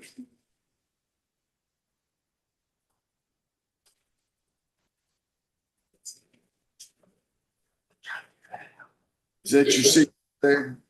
Yes, sir. Okay. Plea order pre-sentence investigation report to be done by probation and parole and schedule your sentencing Judge, if I may, on October the 10th. Mr. Tucker's a state inmate right now. Officer Payne is checking to see if he would be eligible to waive PSI. Judge, he had a PSI done in September of last year. He wasn't sentenced till March of this year on that case. He was in and out of custody from September till he was sentenced in March. So I think we would be best to do a PSI. We'll do PSI and schedule with sentencing on October the 10th. Okay, Yes, Your Honor. thank you very much. Now, do we have anything else in Wayne County? Does that take care of us? Wayne County, do you have anybody else that needs us there? If not, Wayne County's excused. Thank you for cooperation.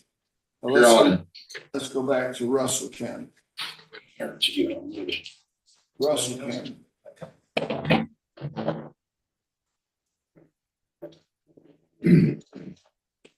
Tony Albertson.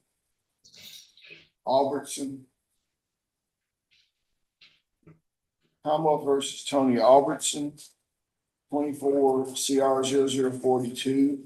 Are you Tony Albertson? Gotta turn the microphone on there.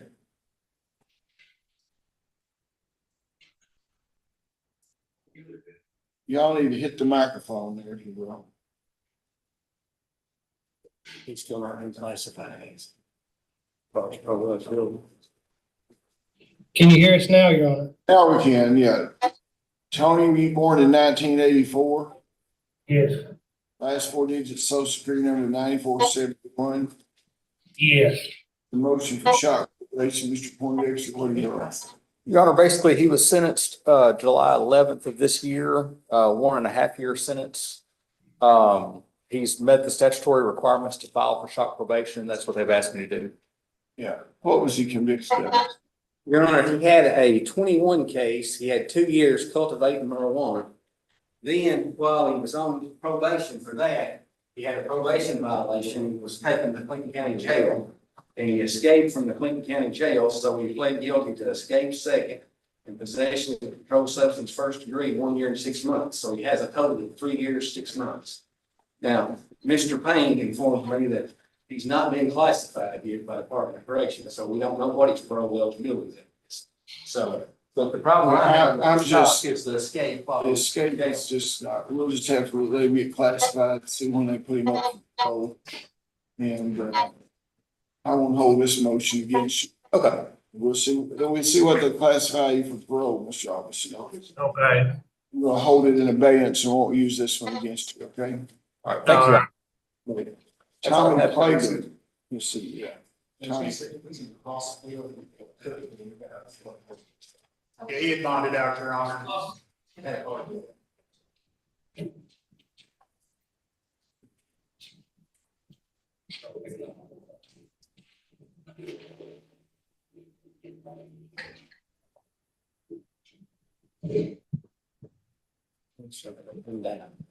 We'll continue this case until October 10th. Thank you, Judge. You want a negotiation date, sit on September 27th. He's in the hospital now. I won't go on the record what the problem is. That's fine, Your Honor. He's able to attend. He may.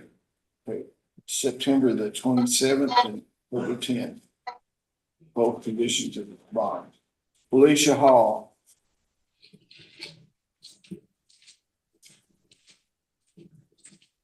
Homo versus Felicia Hall, 19 CR 0046. Are you Felicia Hall? Yes, sir. You born in 1988? Yes, sir. Last four digits, social security number 6935. Yes, sir. You're on a pretrial verification. What does the Commonwealth have? Your Honor, Ms. Hall completed drug court. Microphone. Ms. Hall completed drug court. She has a 3-year sentence on possession. Then when she got out, she was placed back on probation. She had 1 positive for meth. She also has new charges where she allegedly took $799 while working at McDonald's. And Judge, if I may, I received this, alleged violation a few days ago. We have a first pretrial conference Tuesday. Is this a Cumberland County case she's indicted on? No, It's not indicted, it's It'd a be a misdemeanor. on the McDonald's thing. Because it just said $100. And $799. And Judge, if I may, it wasn't theft of money, it was, she'd given out free food, including food to some homeless people, the proof will show, but by a manager's pen. So I don't know what's going to happen in court next week, but I would gander it sounds a lot worse than it is. Maybe we should pax it for a month and see what happens in district court. Let me talk to Mr. Raines about it. Get some more facts.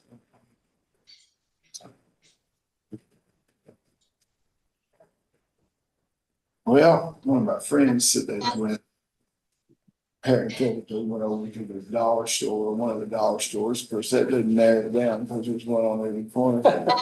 It's something he wanted to return.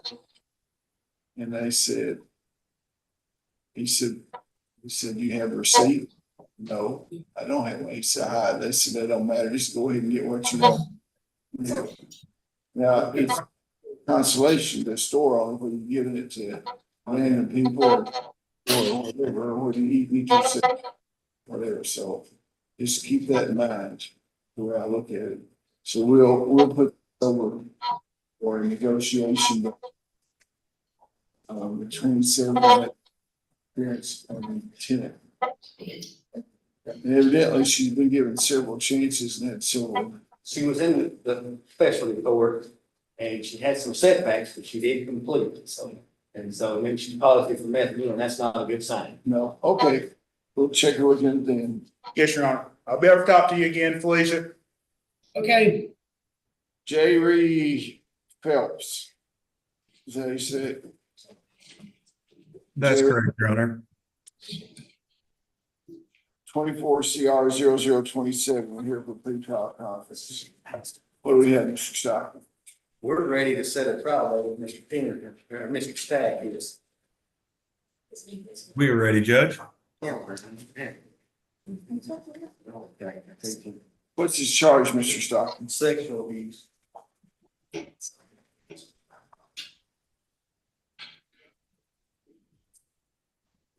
there any forensic evidence that hasn't? Now it's, I think we've got everything. We had all the medical records and,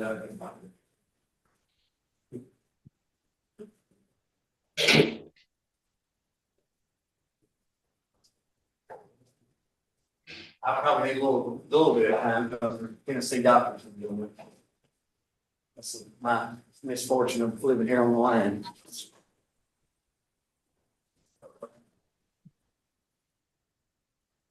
Nobody else has anything to do some doctors about that. It will be a one-day trial? I would think so.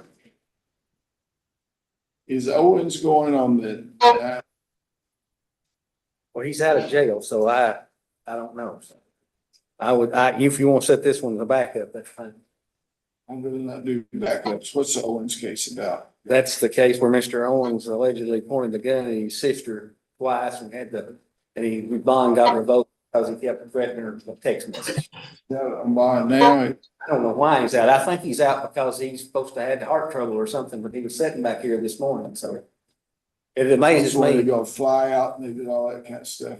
I'd hate to go to jail because that'd be the worst thing from a health standpoint that could ever happen to you. If you went to jail, it must be something down there. I don't know where we can afford the helicopter. Let's schedule this for the night. The problem is there's not another court date between now and then for this guy to plead. Right. Well, I don't think he'll enter a plea because. I'm talking about Mr. Owens. Because I've never received Mr. a case. Owens, I was talking about Mr. Owens. Yeah, his plea would be on the. What's the 10th. deal with Mr. Owens and his miraculous recovery? I noticed he was here today. Lord Owens, I'm not, and to quote a very famous line I heard was uttered in Johnson for court, Your Honor. And I'll leave out the good parts. I'm not his doctor, I'm his lawyer. But Well, that's a new approach for you. Testify as lawyer, engineer, whatever's necessary. Thank you. I'm glad that you come to realize your professional limitations, Mr. Cross. Well, I hate to be the one flying on here, but he got out of jail because Bruce Starnes called and said he had to go to the hospital. right. Now he's here in court. If he can come to court, I don't know why he's not back in jail on the bond revocation. Well, he was told to the court, I told him he was out and he's been up here to court. He said, we deal with it the next time. I know. I don't know how this come up. Well, I tell you how it came up. I got sitting here thinking and realizing that he should be in jail. That's how it came up in my mind, because I've got 40 cases to deal with and he's sitting back here in court. And I have to go back and think, reading things He's out of kind jail of a stuff, he alleged we had a concierge. medical issue. He's kind of a concierge person. He just kind of gets. Yeah, so. Whatever. I know what. Well, I'm gonna tell you what, I'm gonna put Mr. Owens on for negotiation. Are you saying he's wanting a trial? Your Honor, but due to his ill health, we've talked about a lot of things, the last. Hell, he's sitting right back there Well, today. I'm talking about, when he left here today, I said, Lord, we've got to sit down and talk about what we're really going to do, trial or no trial. Well, we got a trial scheduled on the night, and I'm not gonna overcoat it. You know, we'll try, and you just tell him that's what we're gonna do. We're gonna Do what now, try. Your Honor? I'm sorry, I didn't The understand. 9th of October, Mr. Owens has got a trial scheduled. I believe, yes, okay. And we're gonna try it. I don't seem to have it on my schedule, Your Honor. Well, you can put it on there now. Well, that'd be fine. Fortunately or unfortunately, I seem to See, be. it was fortunate for everybody that this was brought up. Because now you won't be trial. Okay, now let's go back, to Mr. Phelps. You find him later.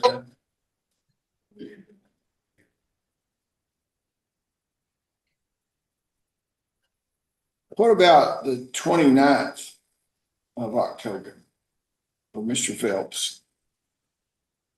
That works for me, Judge. Well, I have, it's a pretrial. Yeah, 29th would be fine, you know. I've got an attorney go home and get something. Today, I did look at this.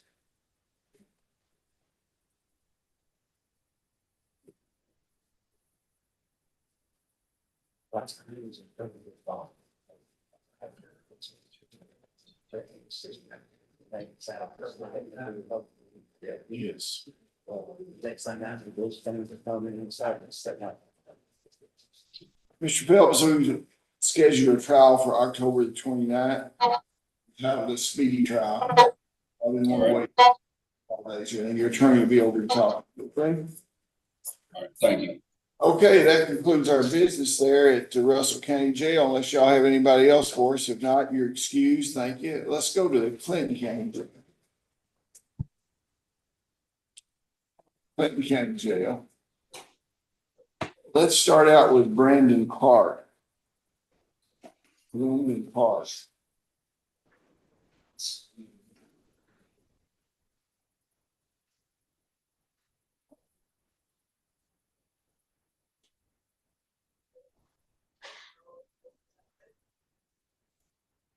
Brandon Clark.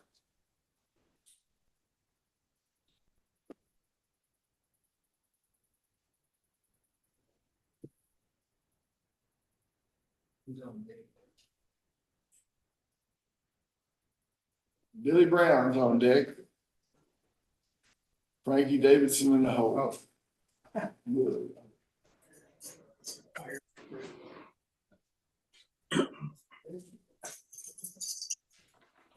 Cromwell versus Brandon Clark. Are you Brandon Clark? You born in 1991? Yes. Last four digits of your social security number? 8017. Okay, we're here for a pretrial conference on 19 CR 0059. What does the Commonwealth have to say? Your Honor, we need a pretrial and negotiation day.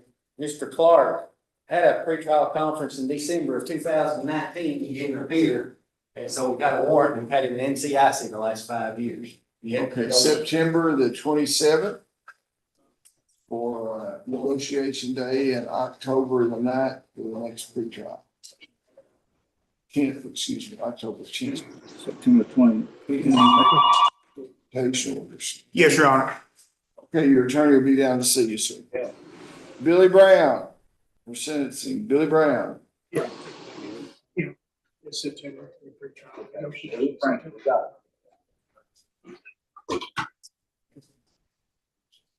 I rang Billy from you.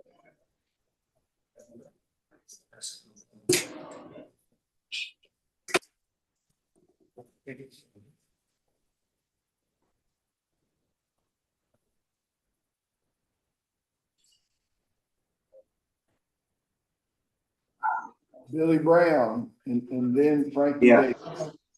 Davis. They're getting him, Your Honor, right now.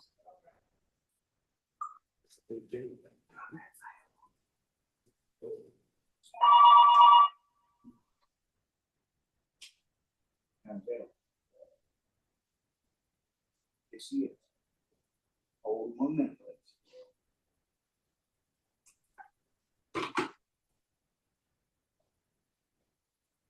Until late one.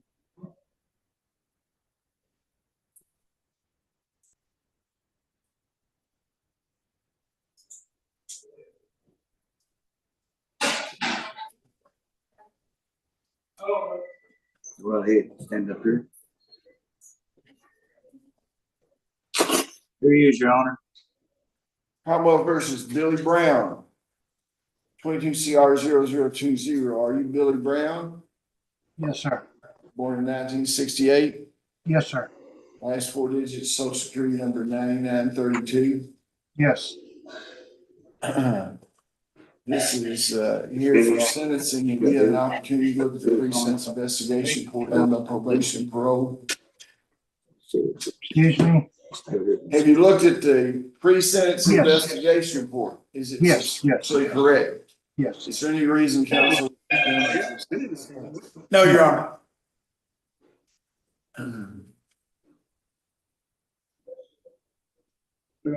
Or plead guilty to trafficking controlled substance, first degree 2 counts, defendant shall receive a sentence of 3 years. Frankie Davis. Frankie Davis. All right. Is it to be pretrial averted? It was pretrial. And it got revoked, That's Yes. correct. Correct. so he should serve 3 years, correct? Yes, Your Honor. Okay, thank you very much. Frankie Davidson. Frankie, come on in here. Come on in here. Come on in here. Christopher Hughes is after Frankie Davidson. Get. Hey, get Christopher Hughes, okay? Yeah, put him up, Frankie. Are you Frankie Davidson? Yes, sir. We're here for sentencing in 24 CR 0038. Have you had an opportunity to look at the pre-sentence investigation report done by probation and parole? Yes, sir. Were you born in 1980? Yes, sir. Last 4 digits, social security number 2243. Yes, sir. Okay, is there any reason this gentleman should not be sentenced? No, Your Honor.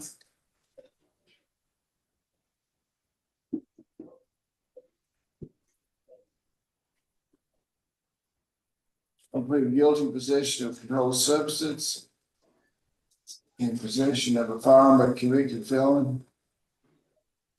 He shall receive 1 year on each charge, running concurrently for a total of 1 year.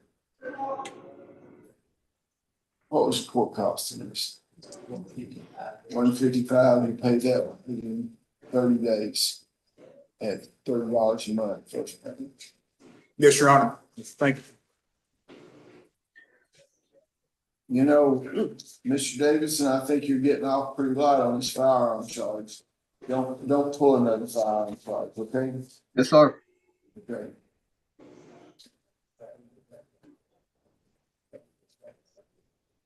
Okay, good. Christopher Hughes. Please. Christopher Hughes, come on up here. Commonwealth versus Christopher Hughes. 24 CR 0047. Are you Christopher Hughes? Step back away from the podium a little bit, Mr. Hughes. There you go. Can you hear us? Yes, sir. Okay, Mr. Hughes, were you born in 1979? Yes, sir. Last 4 digits, social security number 3125. Yes, sir. We are on a pretrial conference on 24 CR 0047. Doctor, what do you have? Felony plea, Your Honor. A motion has been tendered, Mr. Hughes, that says you wish to enter a plea today. Is that correct? Yes, sir. Are you currently under the influence of drugs or alcohol? No, sir. Plea freely and voluntarily given? Is it plea freely and voluntarily given? Yes, sir. Are Are you the same person we just identified in 24 CR 0047? Yes, sir. Is your judgment impaired today in any way? No, sir. Have you discussed this matter with your attorney and reviewed the evidence, and are you satisfied with his advice? Yes, sir. And you know, you do not have to enter a guilty plea today. You have Yes, certain sir. rights under the Kentucky United States Constitution. Before I can accept the plea, I need to know that you understand those rights. You have a right not to testify against yourself. No one can make you say anything. You have to have speedy trial by jury. Right to be represented by counsel at the jury trial. The right to confront and cross-examine all witnesses called to testify against you. Right to fix evidence. Right to call witnesses in your favor. Right to appeal this matter to higher court if you lose. Right to file a commonwealth to prove out reasonable doubt that you're guilty of charges against you. You understand that by entering a plea guilty, that you give up all those rights. You understand that? Yes, sir. I may consider the commonwealth's recommendation on the applying the range of sentence provided by law. I don't have to accept the recommendation. Prior to accepting the recommendation, I will wait for pre-sentence investigation report to be done by probation and parole. In the event that we do not accept the recommendation and decide to impose a harsher sentence, you have a right to withdraw your plea and proceed to trial. You understand that? Mr. Stockton, will you come forward and tell us what the commonwealth's recommendation is?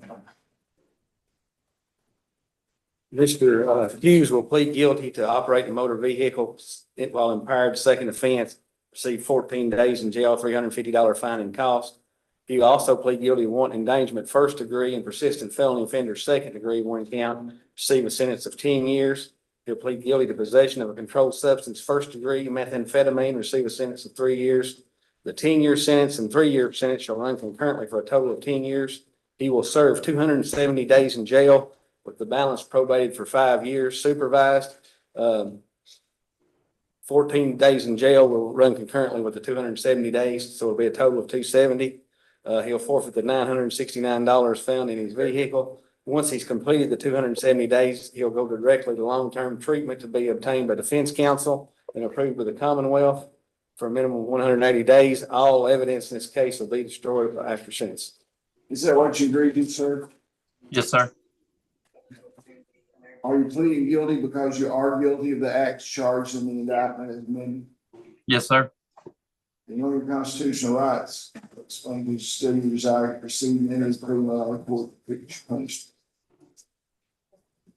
Okay, you realize that after any of this plea, any future felony conviction can be enhanced as far as penalty or persistent felony offender law. You understand that? You understand that? Yes, sir. Okay, step back away from the camera so we can see you, okay? Yeah, well, let's get this.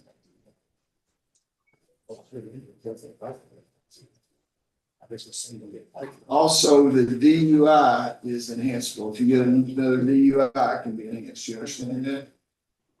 Oh, what is it? I said a DUI is enhanceable. If you get another DUI, it can be a more severe penalty. If you get another felony, it can be a more severe penalty because these pleas. You understand that?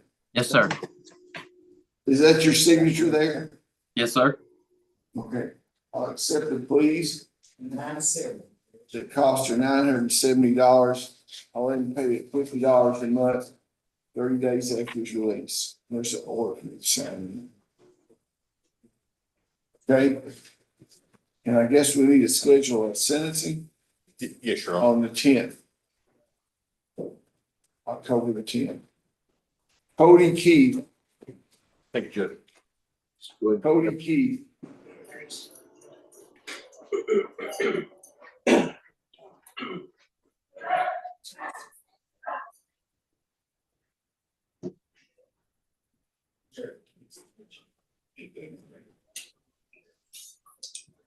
Your Honor, who's after Cody Keith? Cody Keith. And then who after him?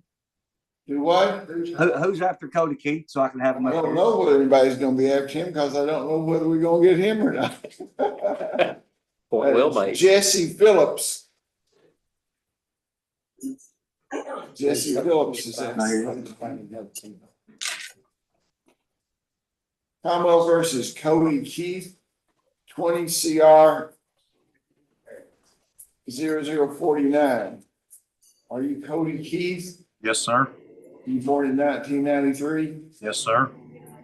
Last four digits, social security number 5490. Will you stand to your left just a little bit? There you Yes, sir. go. We're here on a pretrial diversion application. What's the Commonwealth have to say? Your Honor, Mr. Keith, I believe was on inactive supervision, but he had a 5-year sentence. His probation end date is September the 30th of this year, but he was cited on August the 27th of 2024 by Officer in Anderson County for impersonating a peace officer in proper emergency lights post-arrest complaint. We can read that as follows, but that case is still pending. Yes, Your Honor. I have been hired this morning to represent me. I have obtained a copy of the. We'll do a negotiation date on September the 27th, and his pretrial conference is on October 10th. May I continue, Your Honor? Yeah. Your Honor, I obtained a copy of the citation from Anderson County. And I hearken back to the days when you worked for Leonard Lawson and I worked for R.E. Gaddy. And Mr. Keith works for Mago. You know who Mago is, of course. And he is a flagger, and now they have flag cars that are equipped with not blue lights, but lights and such.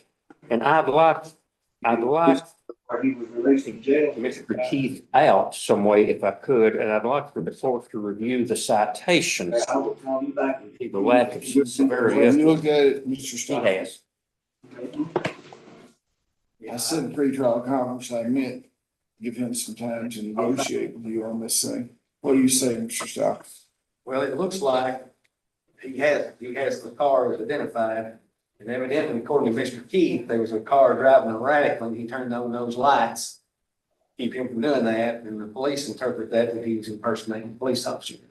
So And that's the way I read the citation. That's exactly what it says. And how, Yeah. if it's not a blue light, it's not a police officer. I'm perplexed, but I think I'm gonna never get to go to Anderson County, so I may go up there and represent him.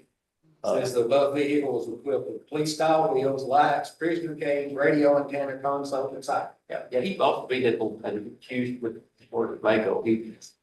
So they keep a police dog and a siren on their vehicle there at Mako? Your Honor, it was his vehicle. He had purchased it. Apparently, according to my information, that's what Mago wants them to do, buy an old police car and they use it to equip it with lights. Was the dog? The dog wasn't there. No, I don't think. He just had a prisoner cage with him. Just prisoner. No doubt. It's an interesting set of facts. It's so entertaining. I think I'll go up there and represent him, but you know, if they're holding this job for him, if he get out pretty soon, they probably won't hold it in a month. That's why I'm just gonna continue this until we find out what they do up there, and you can redocument it. Is that okay, Mr. Stockton? So, And if they got a hold on him from up there, no, he's made a bond up there. Yes, he's on a probation and pro warrant. do they have a bond for him up there? He's made bond. No, sir. He don't have a bond for it. I never was arrested. Oh, I'm sorry, Cody, they didn't arrest you that night. They just gave you. No. They never arrested me. Just wrote me a citation and I got picked back up Friday when I come home from work by probation. Isn't that strange? Okay, well, let's just set this out for the November date, okay? And I'm gonna release him on his own recognizance. That's fair. So his probation's continued till then? Yeah, he's still on probation. What I have it down here is a pretrial diversion revocation. He's on pretrial diversion, he's on probation. Pretrial diversion is continued until. He continues pretrial diversion. We'll take a look on November 7th. I'll let you out of jail today, man. Good deal. Thank you. You be careful between now and then and go back to work, okay? Yes, sir. Yes, sir. you're on. Cody, contact your officer when you get released, okay? Yes, sir. I'll be in touch. Jesse Phillips. Commonwealth versus Jesse Phillips. Are you Jesse Phillips? Yes, sir. This is 23 CR 0029. Mr. Phillips, were you born in 1987? Yeah. Last four digits, social security number 8876. Yes, sir. This is a probation revocation. What's the Commonwealth have to say? Well, Mr. Phillips is the person that we had a jury trial scheduled. He entered a blind plea. The court gave him 3 years to serve. On December the 17th of 2023, I agreed and he was granted shock probation. He was supposed to go to treatment. He went to Genesis Recovery Center in Kentucky on November the 29th. He stayed about 9 days. He left. We had to put him in NCIC in December of 24. He basically absconded for 8 months. So I'm asking the revocation be revoked. Shock probation.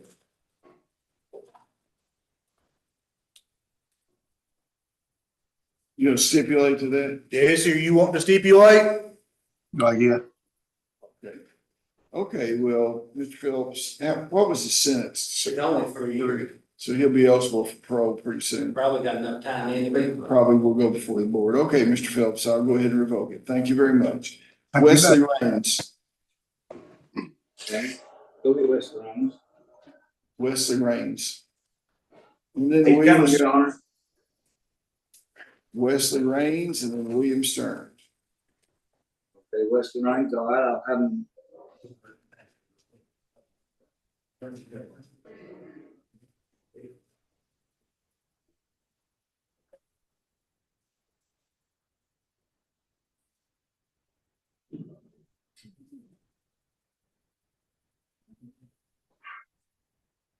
Okay, William Stearns, Bill. Wesley Raines and then William Stearns. Yes, sir. Are you Wesley Raines? Yes, sir. You're on 21 CR 0028. Yeah. 0659 65. Is that second charge 66 or 06? No. 22 66. There's a dot there. 21 CR 28, 22 CR 0066, 24 CR 0059, 22 CR 0065. Pretrial conference. What does the Commonwealth have to say? Little clear.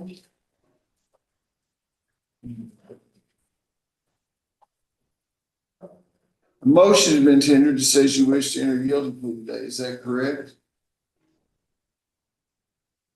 Are you with me, Mr. Raines? Yeah, I can barely hear you. What'd you say? I'll try to speak up for you a little bit. A motion has been tendered that says you wish to enter a guilty plea today. Is that correct? Yes, sir. Are you currently under the influence of drugs or alcohol? No, sir. Is this plea freely and voluntarily given? Yes, sir. Are you the same person just identified in these 4 indictments? Yes, sir. Is your judgment impaired today in any way? No. Have you discussed this matter with your attorney and are you satisfied with his advice? Yes, sir. Are you familiar with the evidence in the case? Yes. And you understand that you do not have to enter a guilty plea today. You have certain rights under the Kentucky and United States Constitution. Yes, sir. I'm going over those and make sure you know them. I'll ask you at the end, okay?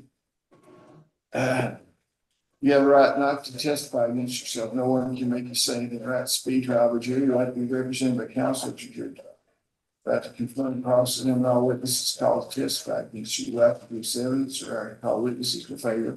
Right to appeal this matter to higher court if you lose, and right to apply the Commonwealth to prove beyond a reasonable doubt that you're guilty of charges against you.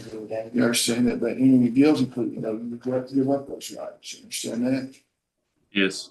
Now, I may consider the Commonwealth's recommendation, but I do not have to apply any range of sentence provided by law. Prior to accepting the recommendation, I'll await the pre-sentence investigation report and the probation parole. In the event that I do not accept the Commonwealth's recommendation and decide to impose a harsher sentence, you have the right to withdraw your plea guilty and proceed to trial. You understand that? Yes, sir. Mr. Judge, you come forward and read what the recommendation is. Your Honor, the Commonwealth agrees to dismiss the illegal taking or pursuing a deer and wild turkey and dismiss the rest of hunting, trapping without license, hunting without a hunter education course completion card, and entry on land to shoot, hunt, fish, trap without consent, and the persistent felony offender in the 2nd degree. Upon the plea of guilty possession of firearm by a convicted felon, the defendant shall receive a sentence of 1 year to serve. This 1 year sentence shall run consecutively with Clinton indictment number 22 CR 00065, 22 CR 00066, and 21 CR 0028. The defendant shall stipulate the revocation of Clinton indictment number 22 CR 0065, 22 CR 0066, and 21 CR 0028. The defendant shall receive credit for time served. The 2020 gauge Rossi shotgun with serial number 5G4121496 shall be forfeited to the Commonwealth of Kentucky and disposed of in accordance with the law of the Commonwealth of Kentucky. The defendant agrees to have any and all evidence of above style cases disposed of in a manner consistent with the laws of the Commonwealth of holding. Is that what you agreed to? Yes, sir. Are you pleading guilty because you did commit the acts charged in the amended indictment? Yes, sir. And know your constitutional rights, so explain it's to your desire to enter this plea and allow the court to fix your punishment. Is that correct? Yes. Now, you're already a convicted felon, but you realize that this felony could be used against you in enhanced penalties in the future and persistent felony offender law. Is that correct? Yes, sir.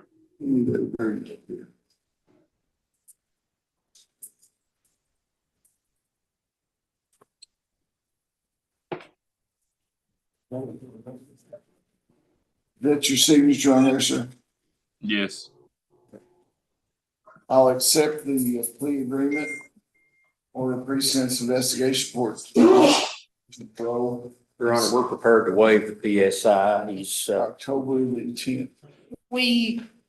Since you revoked him on the other case, he has been out of custody. He will become a state inmate today, so he'll be off the county dime. However, we can't waive sentencing since he's been out of custody. Okay. October the 10th. thank you. Okay. Thank you. Right. William Stearns is next. William, come on in here. Okay. Commonwealth versus William Stearns. 34 CR 0033. Are you William Stearns? Yes, sir. You born in 1976? Were you born in 1976, Mr. Stearns? Yes, sir. Last four digits, social security number 1641. Yes, sir. You're here today on a pretrial conference. Yes, sir. What does the Commonwealth have to say? Your Honor, Mr. Stearns will plead guilty to failure to comply with sex offender Is registry. he gonna enter a plea here? Yeah. Yes, Oh, Your I'm sorry, felony plea. I'm sorry. I've got. A motion been tendered says you wish to enter a plea today. Is that correct? Yes, sir. You currently under the influence of drugs or alcohol. No, sir. Is this plea freely and voluntarily given? Yes, sir. Or is it the same person we just identified in 24 CR 0033? Yes, sir. Have you reviewed the evidence Commonwealth has against you, and are you satisfied with the advice of your attorney? Yes, sir. You understand that you do not have to enter a guilty plea, and you have certain rights under Kentucky and the United States Constitution. Where I can Yes. accept plea guilty, I need to know you know those rights. I'm gonna go down through them and ask you to understand them. You have a right not to testify against yourself. No one can make you say anything about speak trial by jury. Right to represent the counsel of jury trial, right to complain, call, witnesses, call testify. Right to be evidence, right to call witnesses. You right to do what's made at higher court if you lose. Right to require, the Commonwealth to put down the reasonable doubt that you are guilty of charges against you. Understand that by entering your plea that you give up all those rights. You understand that? Yes, sir. Now, I may consider the Commonwealth's recommendation on medical and sentence provided law. I don't have to accept the recommendation. Prior to accepting the recommendation, I will pre-sentence investigation report. We don't know probation program to get to that. We not accept the Commonwealth's recommendations and decide that they take the harsh percentage. You have the right to withdraw your plea. Now, what is the Commonwealth's recommendation? Yes, sir. Stearns will plead guilty to failure to comply with sex offender registry, be 1 year probated for 1 year. And the reason I'm making that for such a short a time, we did find out he did register April the 24th after he'd been indicted. And I think the problem is, according to Mr. Payne, is, he registers, and if he moves, the state police calls him or something. They send out letters. They send out letters, and if he doesn't reply to the letter, then they think he's not registered. So he's gonna have to start responding to the letters, it's the problem. Okay. Is that what you agreed to, sir? Yes, sir. Are you pleading guilty because you didn't commit the act charged in the indictment? Are you doing so of your own free will? Yes, sir. Your constitutional rights is still your desire to allow me to, Yes. sentence you within the range permitted by law. Yes, sir. Understand that entering a plea in this charge allows any future conviction to be enhanced under the assistant felony offender law. Do you understand that? Is this your signature on here, sir? Yes, sir. Okay. I'll accept the motion, order pre-sentence investigation report, and have sentencing on October the 10th. Yes, sir. Okay, thank you. Noah Stockton and then Jason Taylor. Noah Stockton.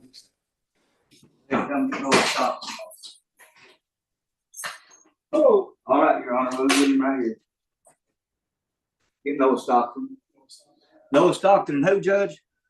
Noah Stockton, Okay, yes. Jason Taylor, and Michael Taylor. You got 3 left. Okay. Noah Stockton. Okay, they're getting him now.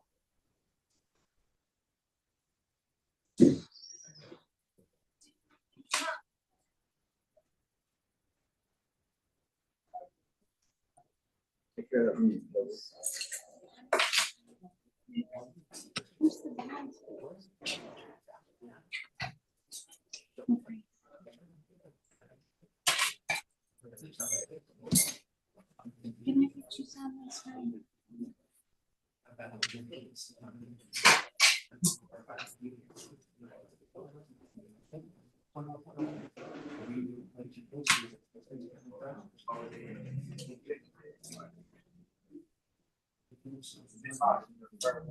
Yeah, he's true, man.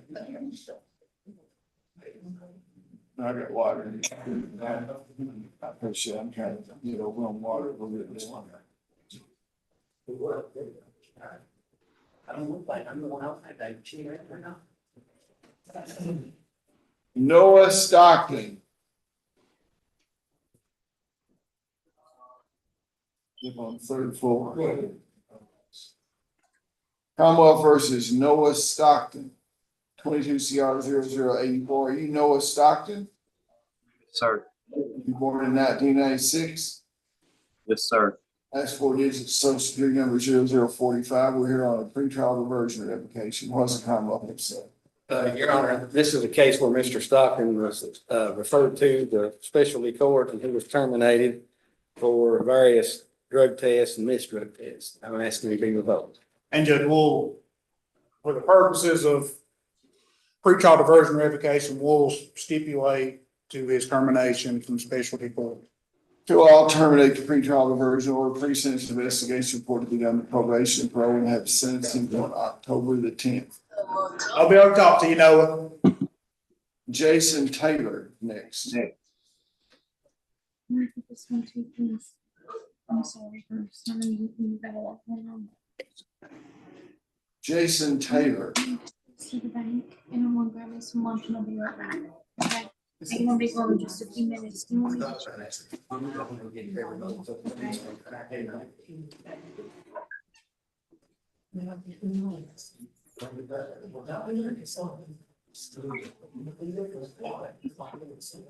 Look here, Jason. There, from the judge.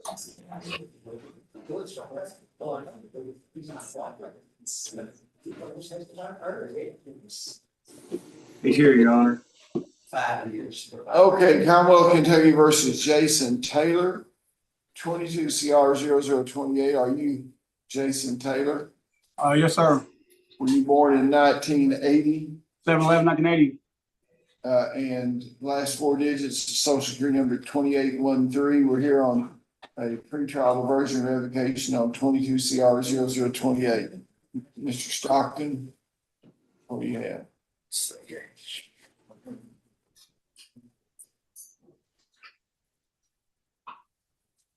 Mr. Taylor completed drug court and he had new You have to charges. speak up. They're having a hard time hearing. that. Mr. Taylor completed specialty court, and then on August the 15th, he was arrested by Sheriff Markham, charged with public intoxication, disorderly conduct.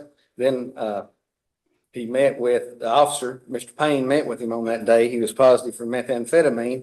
And also, he was charged with promoting contraband, when he had, some kind of magnet or something on his person. I don't know what that had to do with promoting contraband. That's never been. Judge, if A weapon, actually a weapon. What do you have to say, Counselor? Judge, I believe the magnet was a device for a back condition, but notwithstanding, Judge, the charges that Mr. Stockton alluded to are still pending. In fact, Mr. Taylor was just arraigned. I can't do much with the admission that he made to substances, but Judge, you did complete specialty court. Well, we're talking about the reasons player might get revoked. You just want to go ahead and revoke him, take a look at it, sentencing, see if he's in.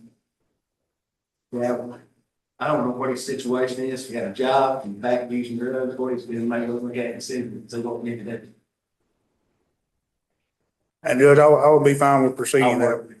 Thank you. I'll be fine with proceeding that way, Judge. Mr. Taylor, they're gonna work with you, see what they can do for you. We're just gonna go ahead and revoke the pretrial diversion and have a pre-sentence investigation report to see if there's some way we can get you any help or anything, okay?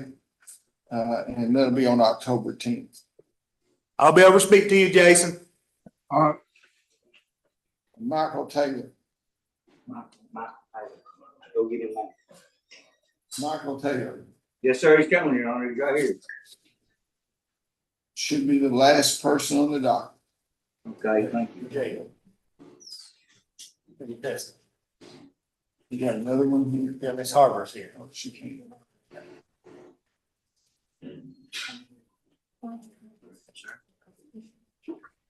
Have a bench. Commonwealth versus Michael Taylor, 24 CR 0002. Are you Michael Taylor? Are you Michael Taylor? Oh, yes, sir. Were you born in 1984? Yes, sir. And last four digits, social security number 2856. Yes, sir. It says a competency hearing. Yes, Your Honor. Dr. Sparks, When you get behind the microphone. Dr. Sparks is not available today. He is available next Thursday at 11:30. I know that's our Monroe Motion Day. I don't know if Mr. Cross would want to attend or attend by Zoom. But he's also available September the 13th, so. Your Honor, that's, as we said before, when we talked about this was going to take a while to do. Did you say next Thursday? At 11:30. I've got a tonnage of stuff that day myself, and then you said the next week, when? No, the 13th, he's available on the 13th September. Okay, we've got to come to the negotiation day that day. I've got some other things. Judge, we're going to have a hearing. I would request it be set out at least 30 days. Let me get everything together. If we do it that way, then maybe I can get some more dates from Dr. Sparks and we can set it by agreed order. That'd be fine. Let's do that. Get some more dates. Your attorney will be down to talk to you, Mr. Taylor, about when he can get you a hearing as soon as possible, okay? Well, so Yes, your sir. attorney will be down to talk to you and get you a hearing just as soon as possible, so we can get your case on the road, okay? Yes, Your Honor. Okay, thank you. Thank you, Your Honor. Anybody else down there at the Clinton County Jail that's on the docket? I won't say that wants to talk to us, I'll just say it's on the docket. Okay, then y'all are, is that it? Okay, thank you. Yes, sir, thank Haley you. Harbor.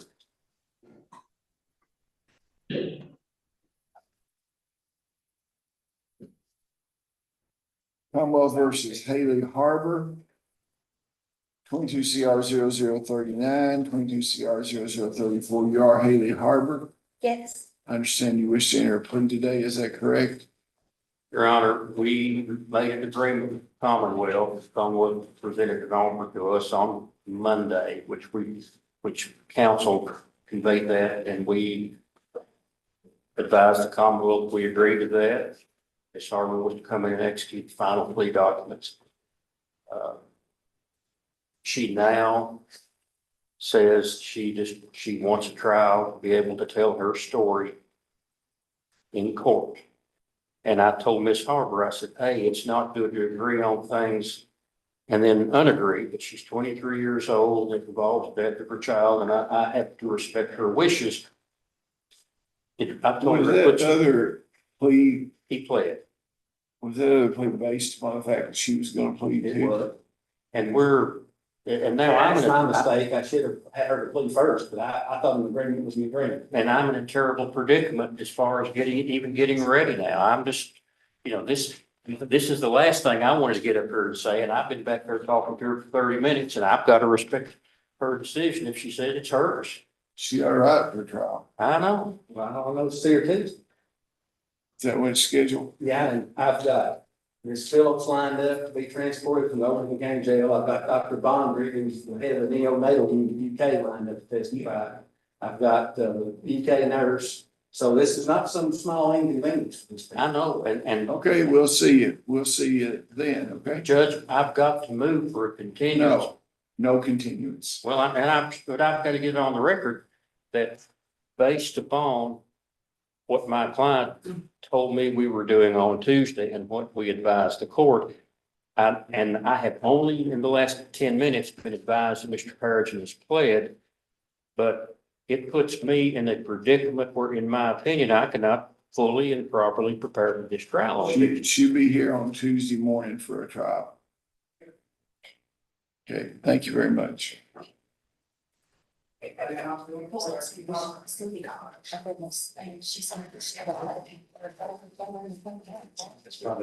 does that finish the criminal docket? Yeah, the grand jury. We don't need any more work. Bring grand jury.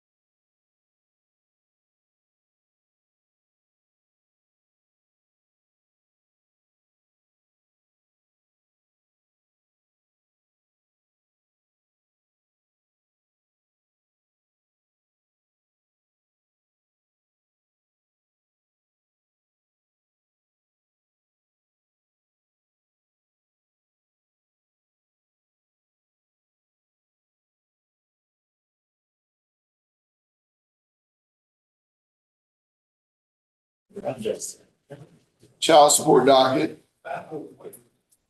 Shelton versus Shelton. Judge, we have an agreed order in this case.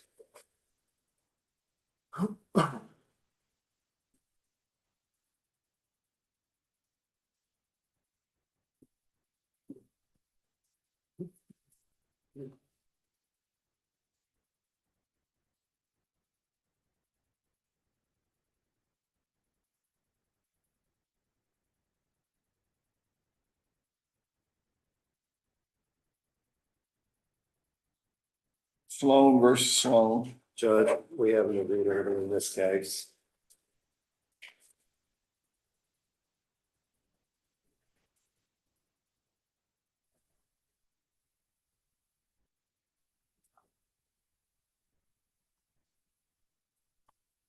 Cabinet versus Cooper.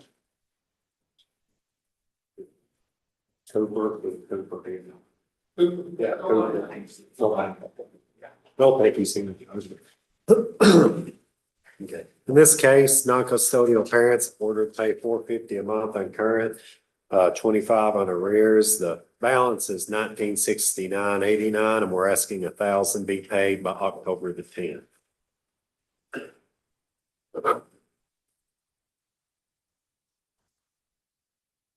Who is this James Cooper?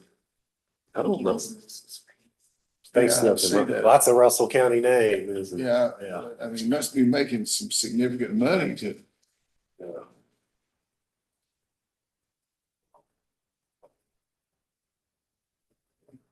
Oh.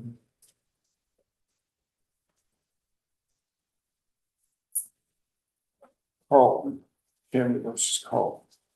Judge, in this case, non-custodial parents ordered paid $207 a month on current, 41 on arrears. The balance right now is $664.21, asking pay $400 by October the 9th. And that's it for us today, Judge. That's a good one. Okay, that's it. Before we got 1:30 then, stop the record.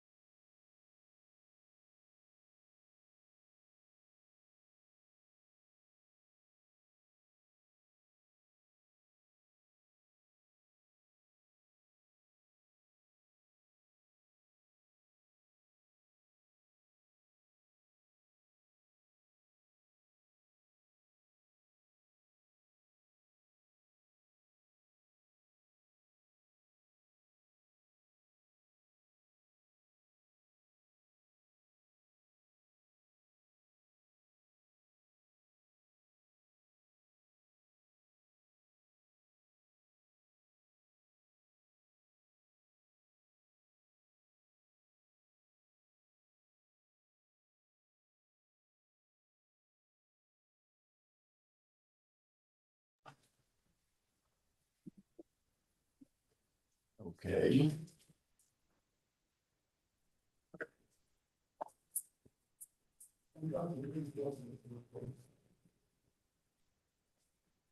The 1:30 docket call. McGraw versus Barber. Mr. TD.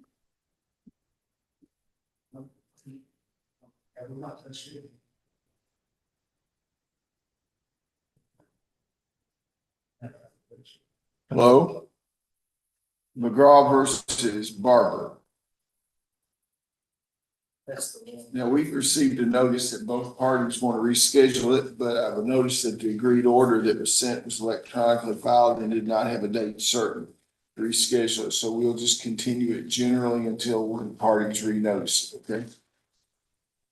Porco Pain Gas versus Dwayne. I believe this is a situation where you wanted to dismiss. Yes, Your Honor. One of the Mr. Reynolds settled his aspect of the case, so.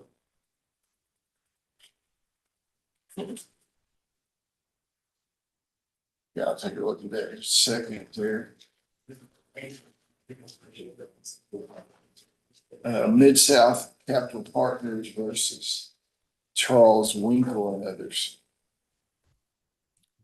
Good afternoon, Your Honor. Hunter Jones for the plaintiff. That's my motion to compel a warning order attorney report. And Your Honor, I'm not regularly. Mr. Connor was appointed warning order attorney, hadn't filed it. Is it been filed? We checked the file, it still hadn't been filed. Would you like someone else to be appointed warning order attorney? If that's the most efficient process, I'm fine with a new appointment. I don't know. Mr. Connor still has his office open, but I don't know how active he is in it any longer. So we'll just have someone else appointed. I appreciate that, Judge. Thank you. Okay, thank you very much. Independent Capital Holdings versus Burkesville Road Properties. Hunter Jones again for the plaintiff there, Your Honor. That's my motion for judgment, order of sale. And I just want to bring the court's attention that one of the parties in default filed a late answer today. And if they're in court, I'll let them speak on that. But my client doesn't have a dog in their fight. So who filed a late answer? Judge, I filed a motion. This is Gary Little. I don't know if you can see me or not, but I filed a can. motion for NGL Supply. I represented them years ago. They had a lien and they were unable to hire counsel. So I contacted them. They hired me. And Mr. Jones, do you have any objection to an order permitting us to file a late answer? to the extent your client priority is secondary to mine, no, you can, and I'd be happy to edit the order I filed to show summary judgment instead. You know, I can correct my order or judgment, excuse me. I appreciate that. Then we have an order in the file, but I've updated the date on it if you'd like to have it allowing us to file a late answer. Okay. Your Honor, if I may, I have not entered an appearance, but I can explain to Mr. Jones in the court. Mr. Hunley, who is involved with the defendant, brought this to me. And I said, Mr. Hunley, you need to contact these people and pay them. I saw this on the docket and contacted Mr. Hunley last week. He asked me to contact plaintiff and get a payoff. My office contacted the plaintiff instead of Mr. Jones. We got a payoff figure from them, but I said there's quite likely more attorney's fees and such. So Mr. Jones, they've called your office Tuesday to get a payoff, and I don't believe we've got a response. He's going to write a check for this if you could give me the figures on that. I'm sure you'd greatly prefer that. Do you want me to give you the exact amount right now? That save would you be any helpful, sir. additional trouble? It will take me less than 10 seconds. Splendid. And I believe it will match the payoff if you got it directly from my client, but Okay, well, we weren't sure. We wanted to wear belts and suspenders. that's okay. The total amount due to them today is $5,217.84. There's no additional. Yes, sir. There's no additional interest until October, so that shouldn't be an issue. Well, I'll deliver this. Does that include costs, attorney's fees and everything? That is the total judgment, Your Honor, and it should match the amount in the judgment that was tendered. I'll pass over this. I'll hold off for 10 days before I enter. I'll give 10 days and then I'll enter your judgment if you haven't notified us that you received the money, okay? I would hope Mr. Jones will go out Monday, but I believe it will. And I'm sorry that we didn't answer you. We had a little bit of a flood here and have had some issues. Okay, thank you very much. Dickin versus Dickin. Dickin versus Dickin.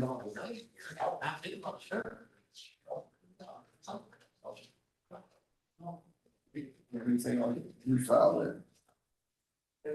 That's the motion to submit it. So Motion submitted, shall stand submitted. Is there any other case that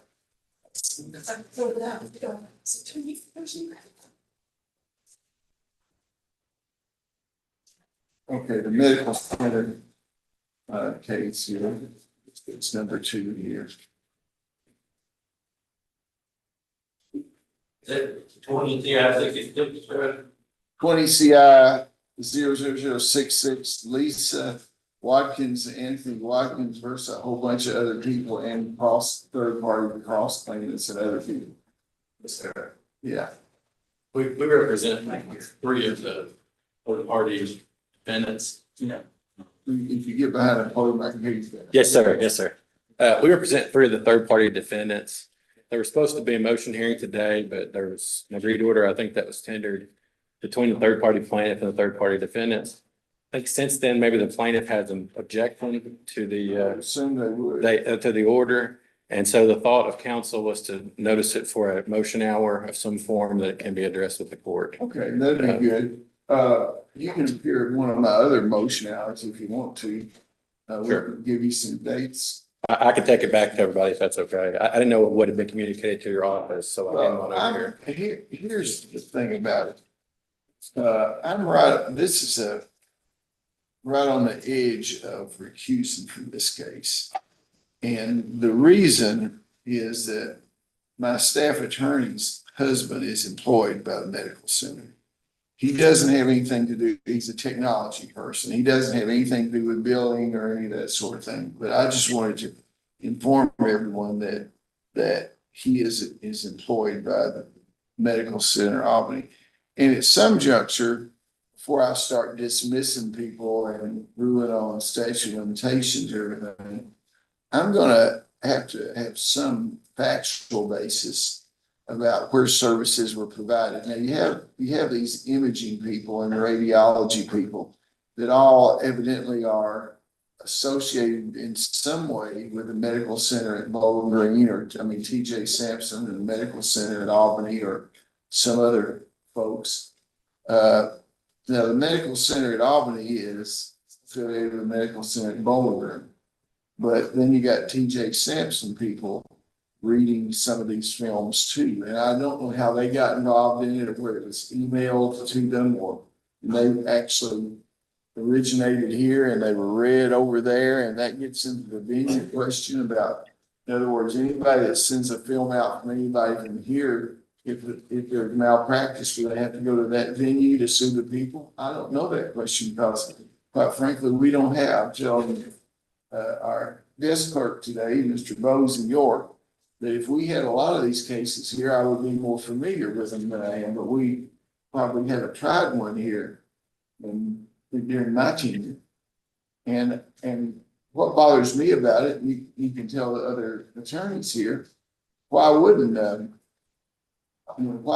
third party plaintiff, if the third party defendant's case is dismissed, it still will diminish any potential recovery with the plaintiffs, right? Because there would still be a contribution.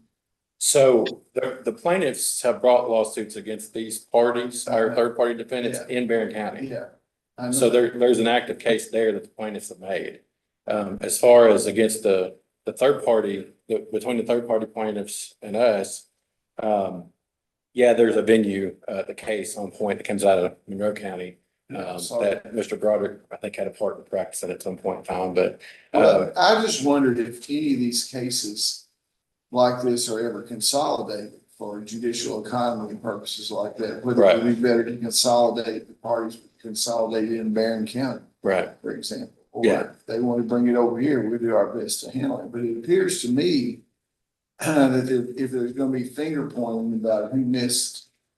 Missed what? Who missed the lump and who didn't see this or that, that it would be better to have it in one place and then they could apportion sort of, liability. So I'd like for the parties to look at that and see if, there could be some provision, if they're gonna have to try it anyway over there.